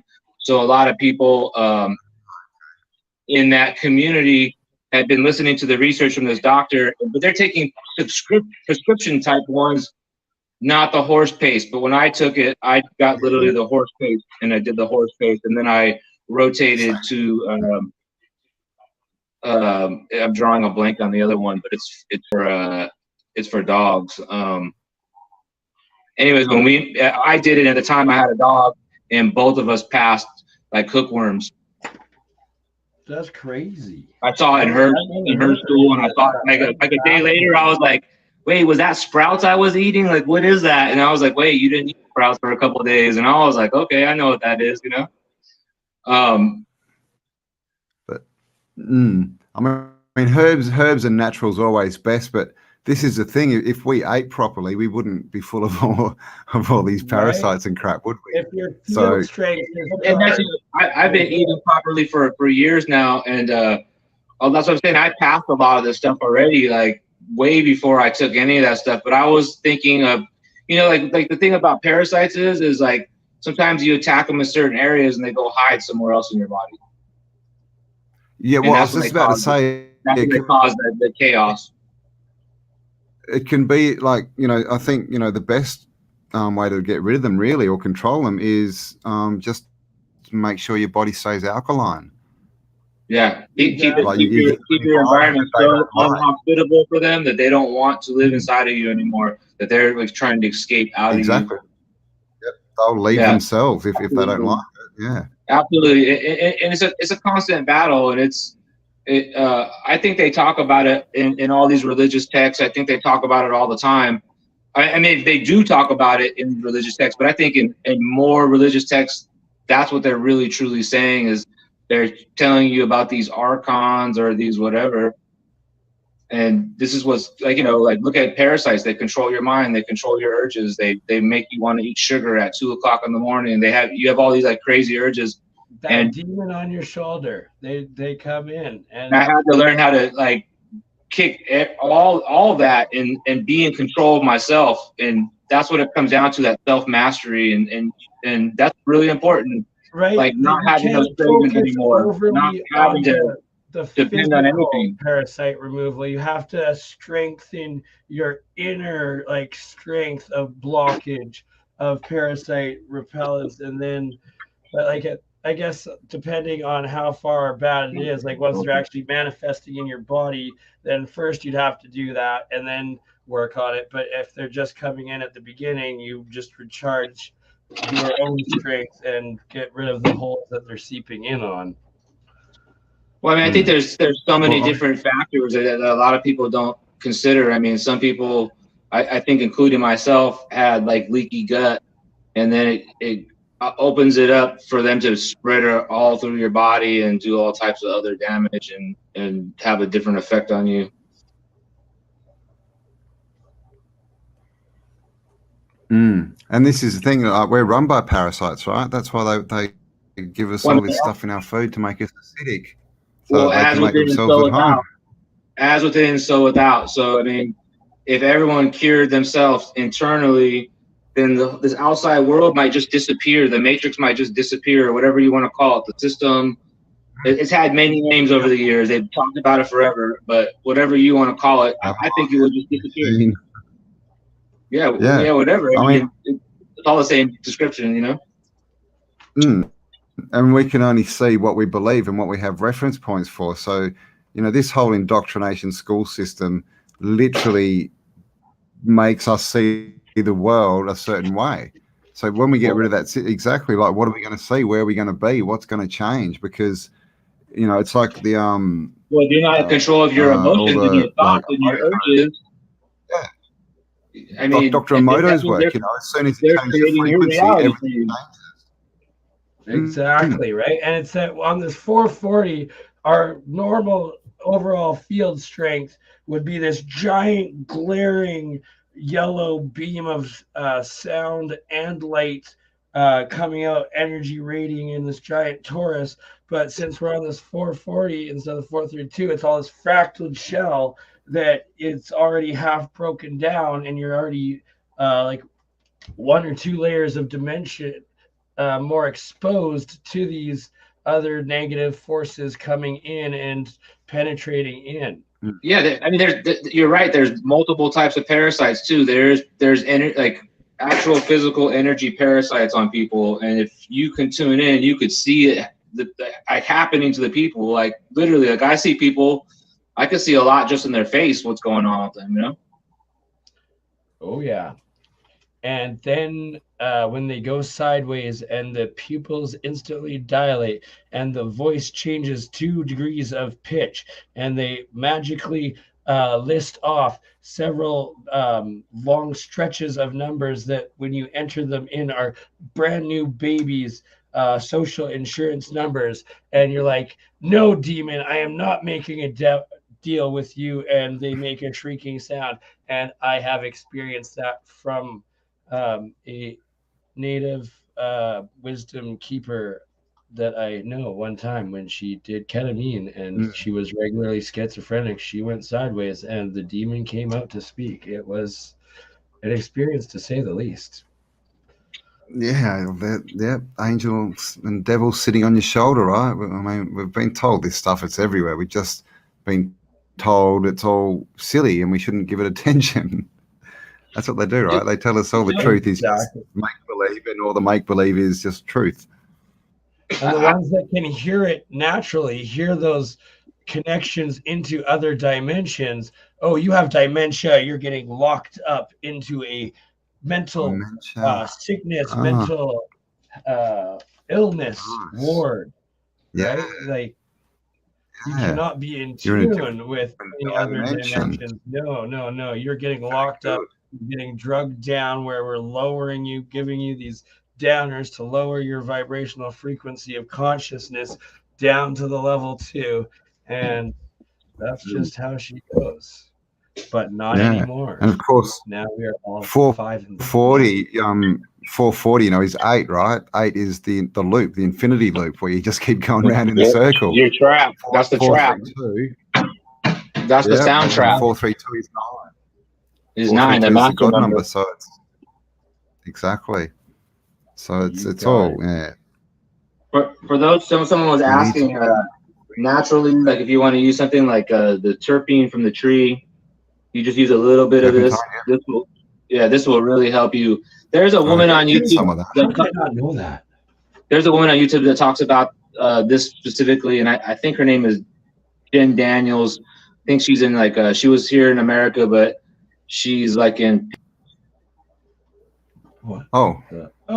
That's what I heard about it the first time, and just tried it as one of the multiple things I've tried to have done to cure these infections. And that's what it is people have these infections from these parasites and they're feeding on you literally. And that's what they called Satan. Exactly. I've got a book. They had the exorcism. And it's like the snake, right? The snake looks like a parasite, and I've got this book where it's literally talking everything is to do with parasites. Get these parasites out of your body. They're the evil. It goes right into it. It's freaky. There's a lot of ancient books talking about it, but one of the most common ones though is the book of Essene, or the Gospel of Peace, where Jesus is helping them cast Satan out of their body, and it is the tapeworm, the pork tapeworm, and they don't realize what effect that's having on the brain, and getting back control of yourself is super important. I mean, like, you guys want to connect and ascend and do all these things, you have to have complete control of mind, body, spirit.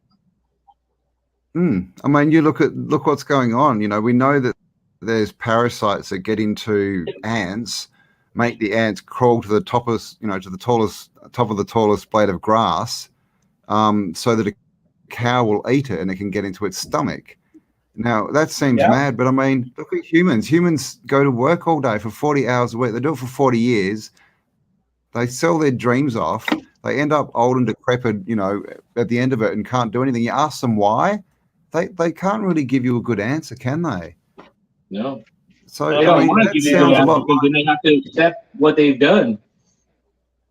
Yeah, or is it parasites, of making the decisions? Who's making the decisions here? They're boring their way in to influence you, and then no longer you sacrifice your conscious free will by giving into the depression cycle, being on that level 2, just emotional reaction and action, instead of the level 3 free will conscious decision, and the 4th and 5th higher ups of like being connected to your soul self and your galactic like soul on like the fourth being quantum, so consciousness over time.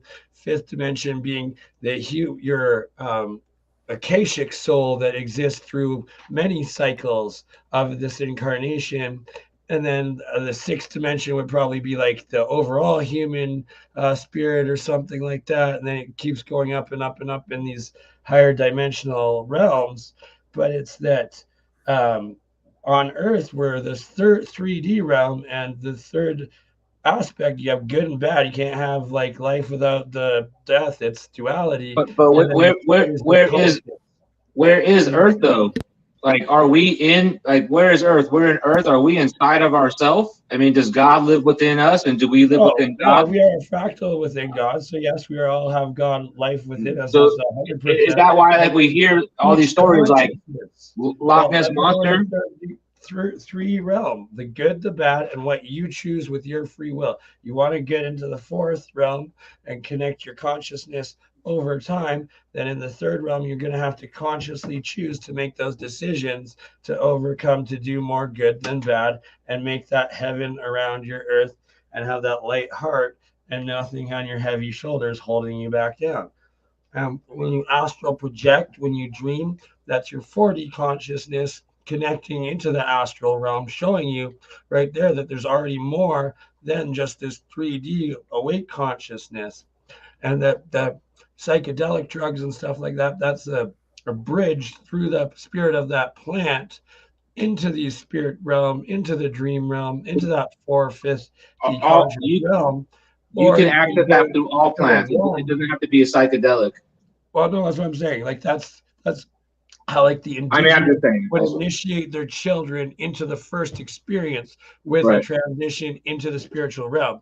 How to get the pure, fullest experience is to connect with the one, go down to the 1D that is you, to be at peace and stillness within, and then connect to the universal consciousness, and then you're connected to source consciousness, which is the highest dimension. So that's how I see that the earth is both 1D plane and 3D sphere, is because you're either going materialistic and then you're trapped on earth because you can't go up, or you can be the one at one with yourself, go down in connecting with the one overall universe, and come out in this overall torus that is the full universe of space-time and all of consciousness and source consciousness. And that's how you learn how to astral project. That's how you learn how to do the you just said it there, the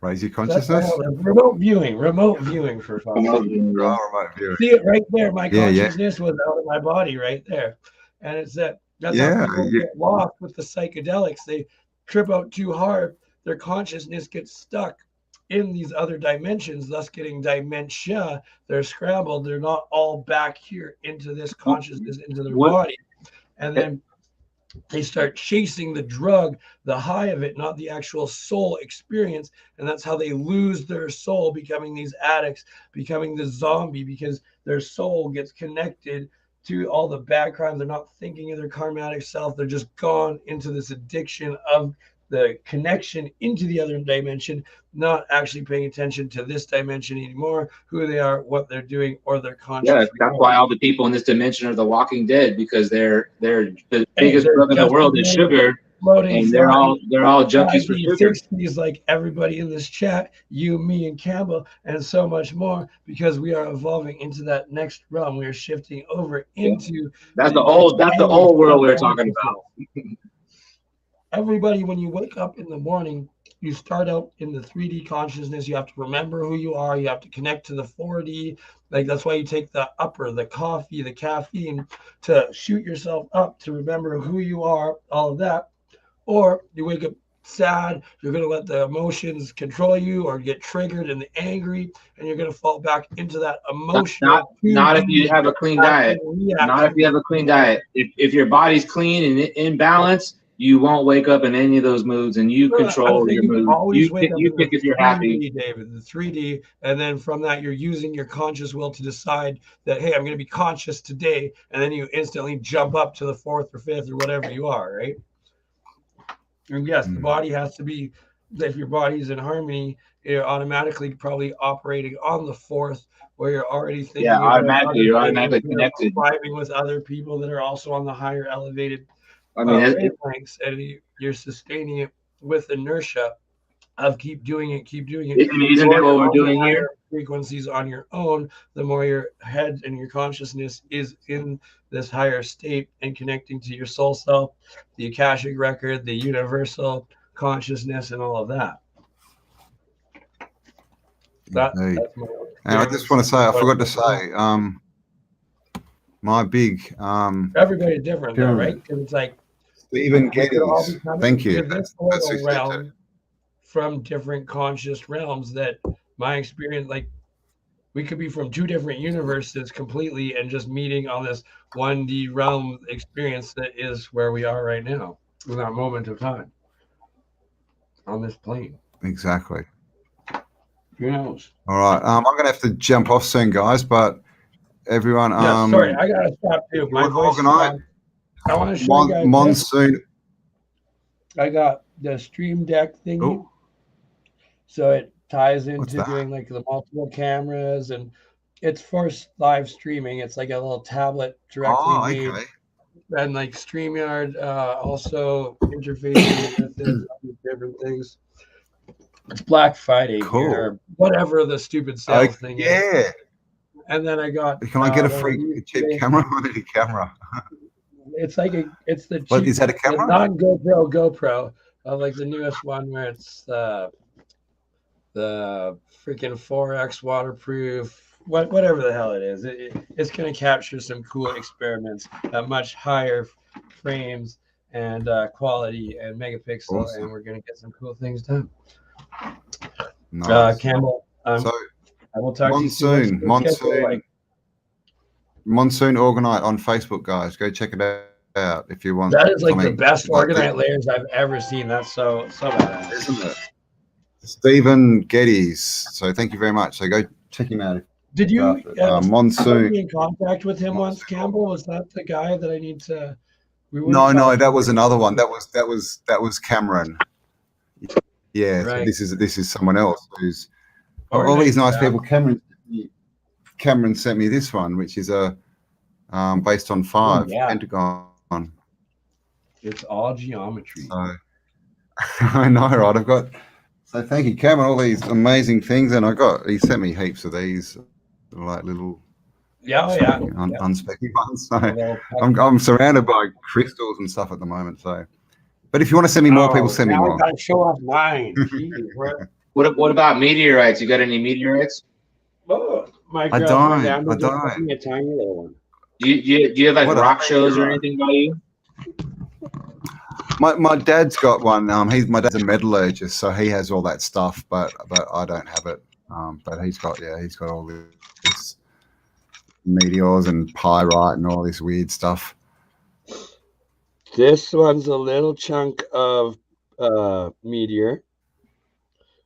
Amber got it for me from the rock store. Like a metallic. What is it? It's meteorite. It's some sort of meteorite, like metal fragment from a meteor. Oh, it is meteorite. Yeah. Okay. Some of it's so what's a meteor then? Salty Droid is saying in the chat. Some of it's not friendly. Oh, nice. It's got like the coil around the quartz within the copper solenoid around the actual, and then amethyst is just one of my stones, I guess. And then we got like this bad boy. But like did what you make got those ones? Campbell is like dimensionally stronger with the different layers, and then the triangles within the triangles within the triangles. I know, right? Like That's the thing. Like I sort of thought, oh, maybe I'll get some and make my own, but it's an art to it. I think you either understand orgon and how to make it properly, or you make things that look pretty and don't work. Yeah, I have a bunch of those that don't work. I didn't find out for years. Yeah, it's like these ones that you see. They advertise them and they're all from China, and they look nice, but they don't do anything. Yeah, they don't do anything at all. There's the original Tibetan ones that are super strong. And those were the first ones I ever saw. And then they got censored.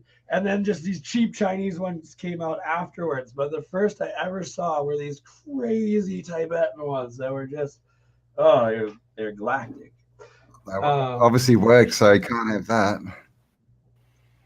Right? Anything and everything. But too bad for them. That we are. I mean, I think that's the damage control. Like, oh look, that's popular. Let's put out this really cheap and make it look nice and make it look shiny, so everyone will want to buy them. And then we'll tell the story about how these ones work, and then everyone will go, "Wow, we want that." And then we'll bait and switch it with our cheap. And then we fill it with lead and uranium and some toxin, some pollution that we needed to dump. We couldn't get rid of it. We turned it into this pyramid for you. Check it out. It's shining. Well, it's the same geometry. That's what they do, right? Giving you that exponential energy. It's giving you the inverse negative, heavy, like toxic energy that's just going to drain you of all of your like energy that you're just lowered down into a lower the weight on your shoulders that you're actually physically experiencing through the plasma.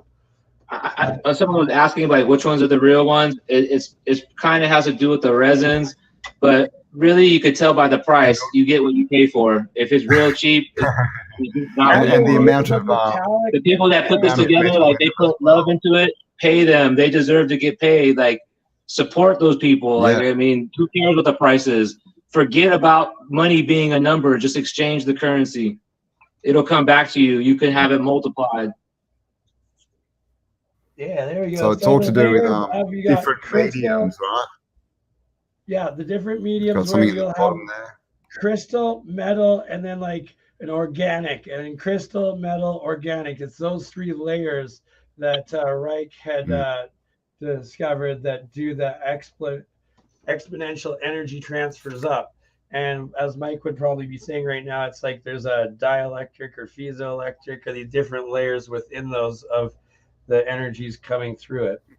And it just gave me the mental memory of these Cambell pyramids that I got to go do some filming of, because they're legit pyramids that have not hidden in plain sight, but that they're identical to the mounds in Idaho and all throughout the States, where it's layers of 1 meter charcoal, 1 meter sand, 1 meter crystal, pink sand, 1 meter black or foot or whatever it is, but then they're in similar layers, just like that organite.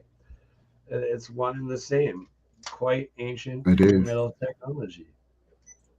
Definitely. Oh, we've got another one here. Dave's got his. I have a whole bunch of them. I probably have like 20 or 30 of them. I'm just not in the right room to show them all. This was just like randomly on my refrigerator, so I was just like, oh, I'll pull it out. But yeah, it's to do with the amounts of metal and having having it all in the right spot and different layers. So there's definitely an art to it. Well, I think you're supposed to like. But yes, I'm going to. Yeah. No, sorry. You're supposed to aim it too with crystals and stuff. Yeah. So what was that, Burn? What's your availability over the next couple of days so that we can do this again and catch up on some stuff? Ooh, look at that one. My availability over the next few days is what day is it? Monday. So I'm gonna have stuff on Thursday. I might have something in the morning. I think I saw an email. Sorry to everyone who's emailed me. I've literally got 2 pages of emails to get through. So I'm pretty good. If you give me time, I'll be able to work around it. The only thing I've got booked in at the moment is on Friday. What time is it there right now? It is 1:30 p.m. Say 10 a.m. your time, either tomorrow or the day after. Yep, that should be fine. Yep. Is this for your 48-hour thing? Well, just to discuss, because What are we I saw doing? your email there also about some crypto, so we can record a little crypto thing. We can plan out with Michelle and Paul as well to make a couple. So it'll just be like a you and me private stream for probably half hour 45, and then we can go live for like another half hour 45 or something. Yeah, cool. Yep, definitely into that. Yeah. We know we need to talk about all these altcoins and hex and all this kind of stuff. And it's the metaverse, they say, but it's metaverse gaming coins. And it's once those metaverse gaming coins go live, because most of them are still a year or 2 years under development before they go live. But it's the ones that once they go live, it's like this crypto mines eternal is what it's called. I bought them at 50 cents. Nobody's ever talked about them. 50 cents 3 months ago. Literally sold a couple of them for 500 US yesterday. They 1,000x because they're one of the only live ones still going. And it's like, all right, we need to talk then. All right. Yeah. Yep, cool. All right, we'll book it in for 10 tomorrow. Book it in for 10 tomorrow then. And if anything, I'll check. But I should be good. Yep. So, all right, it's a date. 10 tomorrow. I'll talk with you, Bernie, and we may go live again if we can get Michelle on board as well. Absolutely. So I guess awesome. I'm just gonna end it too. Love every one of you. Stay blessed, beautiful souls. Campbell says, stay awesome. It's a wonderful, wonderful world we're building. Yep. Thanks for joining us all. Thanks, Dave. Thanks, Bernie. And stay awesome, right? Be the change you want to see. Enjoy.